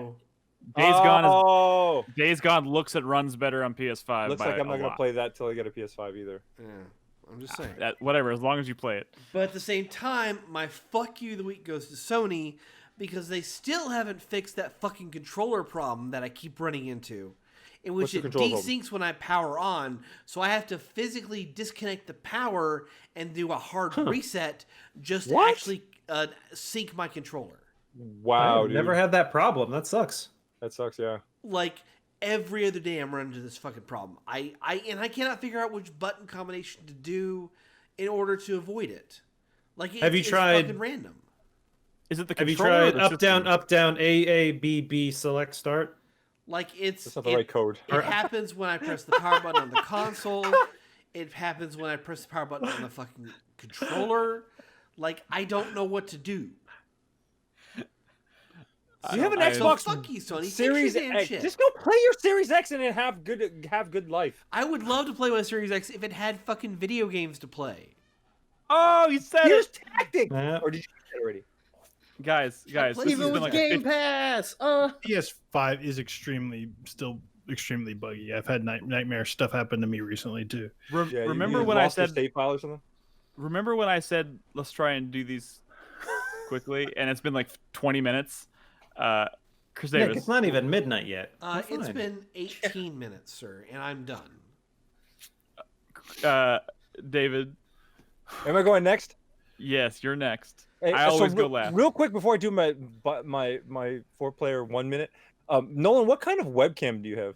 No. Well, you can text me later, but Nolan's webcam looks the best out of all y'all's. It's not And a mine, webcam. I feel like mine looks like really shit. He's using Mine's my like really, like, 4K white. Sony camera. Yeah, Is that why? Yeah. Okay, so I don't know if I'm going to buy I'm a using the 4K camera Sony. that we used to use to record the podcast as a webcam. Okay, never mind then. Fuck that, Nolan. You cheater, dude. Because I was like, damn, Nolan's camera looks so much better. Mine looks so washed out and like bright. I was like, man, I need to get a camera like that. Yeah. Okay, never mind. Just buy a $2,000 4K camera. All right, my 4-player minute starting now. My shave. I was really really enjoying East Salsetta, Memories of Salsetta. It's kind of like East 8 a little bit, but not. It's old, and so it was originally on the PS Vita. But I picked up the PS4 one. I was super into it, man. And then I just got like really sidetracked by shit. And I've been meaning to go back to it, but there's so much other stuff I need to go back to also. Like Sakura Wars I was playing. Told myself I was going to finish Blue Reflection last year. Didn't do that. Anyways, my sweat for this week, Devil May Cry 5? Like, that one didn't get an upgrade, right? Like, you have I to buy think the new disc. Sold a new version. You have to Oh, buy a really? new disc to get it, right? And Yikes. I think so. I've passed on buying it like twice this week, but I feel like that bug's gonna get me, and I'm gonna want to like get a new toy for my new system. And does it run better? Do you guys know if it runs better? The new one? I've heard it. I've heard it runs at a lock 60, and I want to say 4K. I don't care if I don't really even care about the Devil 60. May do Cry I? runs at 120, I believe. I just want to finish that game because I kind of was enjoying it, but not because he had like banana arms or some shit, right? And I was like, what the fuck is even going on? Banana arm. What? Devil May Cry 5, right? Banana arms. He had his arm that he could take his arm off, right, and attach it, and one of them was like a I'll tell banana you arm. No, You're not yes, the gonna find- icon looks like a banana. Yes. You're not going to find much love for Devil May Cry around these parts. So. Where is Lord of the Nerds when we need him? Because 4-player animated. Unrightfully so, Banana Brad, or arms. what? I mean, whatever. I think You the didn't game like was fine. Nick thinks it's like Onimusha 4, though. I mean, whew. Okay, I didn't say May- that. may- That's an maybe the insult. series, maybe Keep the going, Series Nick. X version will fix that.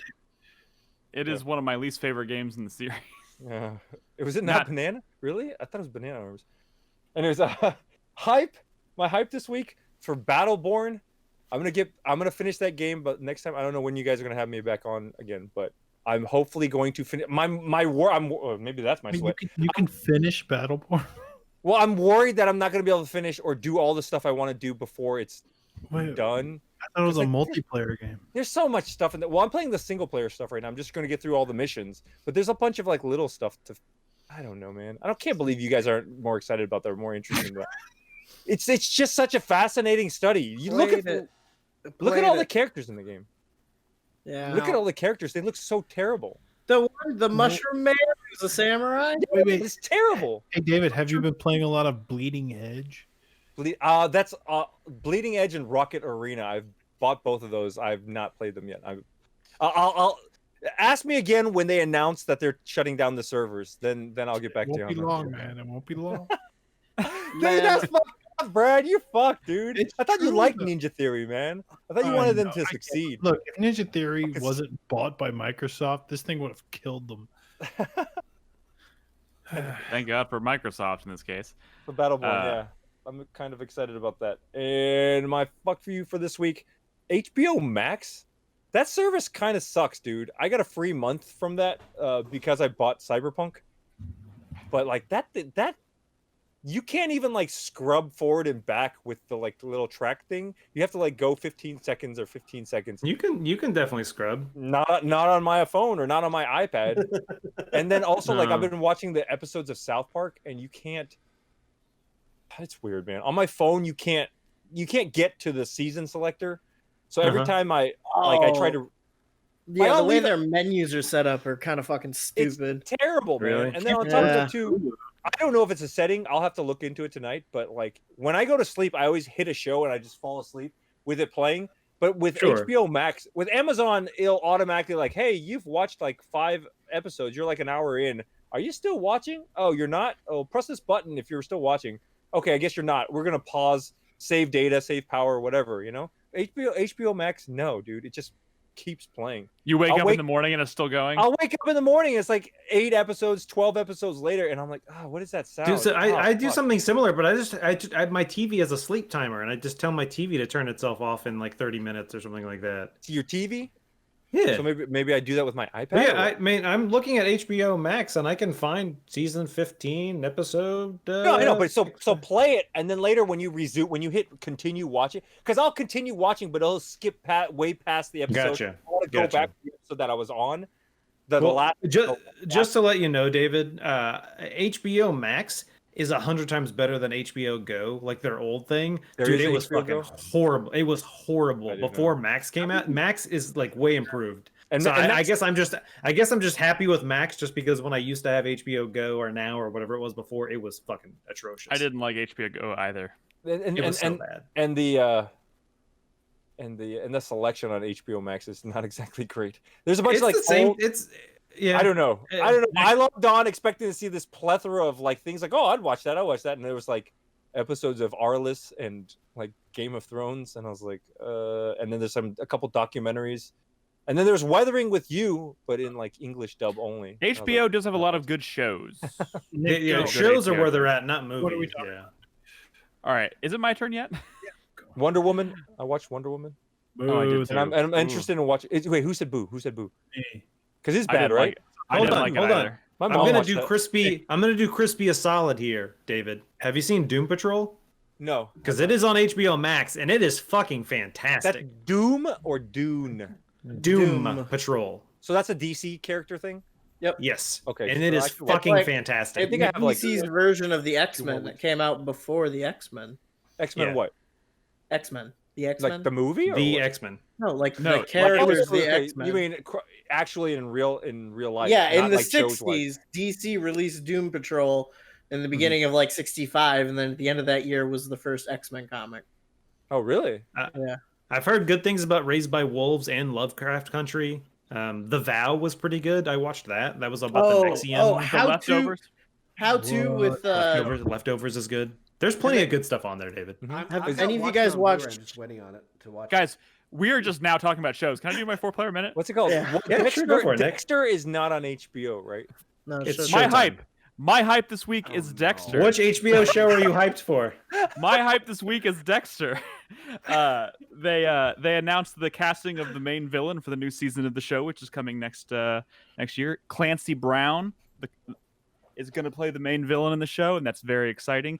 And they start filming the show in like 2 weeks in Massachusetts. So it's all happening. It's all happening. Clancy Brown is such a he's such a workhorse though. Who's Clancy Brown? He is Mr. Krabs. Yeah. He's what? Yeah, Mr. Krabs. Mr. Krabs. And he was Lex Luthor in the Justice League. Who in Justice League? I've seen Justice League. He was Lex Luthor. The cartoons Not the movie, back in the Justice early League. 2000s. Yeah. Yeah. He does a lot of voice work. Have you ever seen Starship Heisenberg. Troopers? Starship Troopers. Oh yeah, that's a good one. Yeah, he was the drill sergent in the beginning of Starship Troopers. He was also he's the one. He's Zed, right? He's the one. Zed Zed. He got the bug. He throws the knife at Jake Busey's hand. Yeah. The enemy cannot press the button if you disable his hand. Right. He's also the asshole prison guard in Shawshank. Oh, he is right. Yep. Okay, but my point is, Clancy Brown. My point. Hang on. There's a reason why I was bringing this up. Nick, you're excited that he's the villain, right? Yes. Okay. But I also am familiar with He's a great actor, and he's very much like a workhorse type actor. He's like that guy you hire when you need somebody today, because you don't have anybody. He does everything. And you need to know that someone can just come in and do the line. So does that worry you that they're rushing through this? He's not like an Edward James Olmos, he's not like one of those. Nobody was like, this needs to be Clancy Brown, there was that's the guy they got. There were 3 people that they were talking to play the villain. It was Tim Robbins, John Cusack, and Clancy Brown. Okay, that is a weird. That's a weird 2 other names to put with Clancy Brown. Yeah, I would want Clancy. An alien on Mandalorian. Now, if they had done Clancy Brown, Tim Robbins, and Morgan Freeman, we got a Shawshank Redemption going on. You have a Shawshank. Yeah, you got a Shawshank going. All right, my second hype goes to IO Interactive. I am excited for Hitman, but I'll be honest, I'm a lot more positive now about the Bond game they're working on. Largely in part because of that one mission I mentioned. That was such a cool mission and such a cool atmosphere that I'm super hyped. I felt like I was playing I felt like I was watching Skyfall for the first time when I was playing. It was such a cool set piecey mission. I loved it. So I'm super why hyped have you referenced Skyfall twice in this podcast? Have you met Nick? Skyfall? No. Is that really the Bond experience that Casino Royale is not better? I was specifically Casino Royale is a good movie, but it's not a very Bond movie. Specifically referencing Skyfall because that mission in particular felt like a set piece that would fit in that movie. Nick, the final mission with the colors, 2, the weird colors, and the keep going. The end of oh my god, guys! Skyfall was the one where Judi Dench. I know exactly the one where they hole up in the shack at the end of the movie. And that's Skyfall. And yes, it wasn't Skyfall, a shack, but yeah, Skyfall is incredible. My fuck you of the week goes to my fuck you of the week goes to Ubisoft for Assassin's Creed Valhalla. There is a bug that they have not yet patched that affects me every time I die and load the game. I load drunk. What? In the game, I load drunk, and it stays that way for about 5 minutes. I'm drunk. I'm wandering on the world. I can't lock onto things. I'm stumbling. Wait, so is drunk actually a state in the game you can have, or you just you can drink ale and get drunk. So when you load the game, I just load in like that, and when you do that, you literally can't lock onto targets, and the world's all wavy. So even if you try and hit things with your bow and arrow, it's fucking hard as shit, and it's just really annoying. And it stays that way for 5 minutes before it wears off, and it happens every time I die or every time I start the game to load.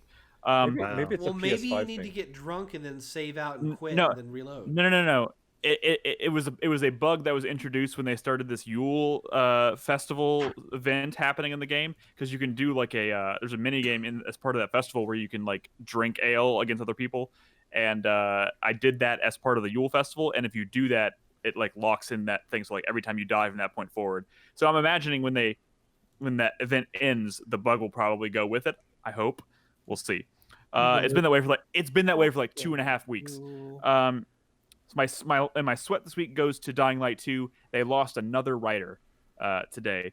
They lost Chris Avellone. Obviously, he got milkshake ducked.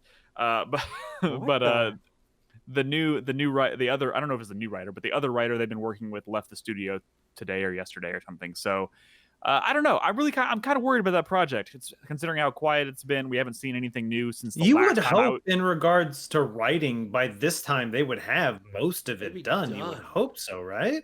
The last time I saw this game was when I was at E3, which was obviously now a year and a half ago, and we haven't shown anything new from it since. And they're losing writers, and I don't know. It just seems like a cursed project. I hope it comes together, but like that's my sweat because I want that game so bad.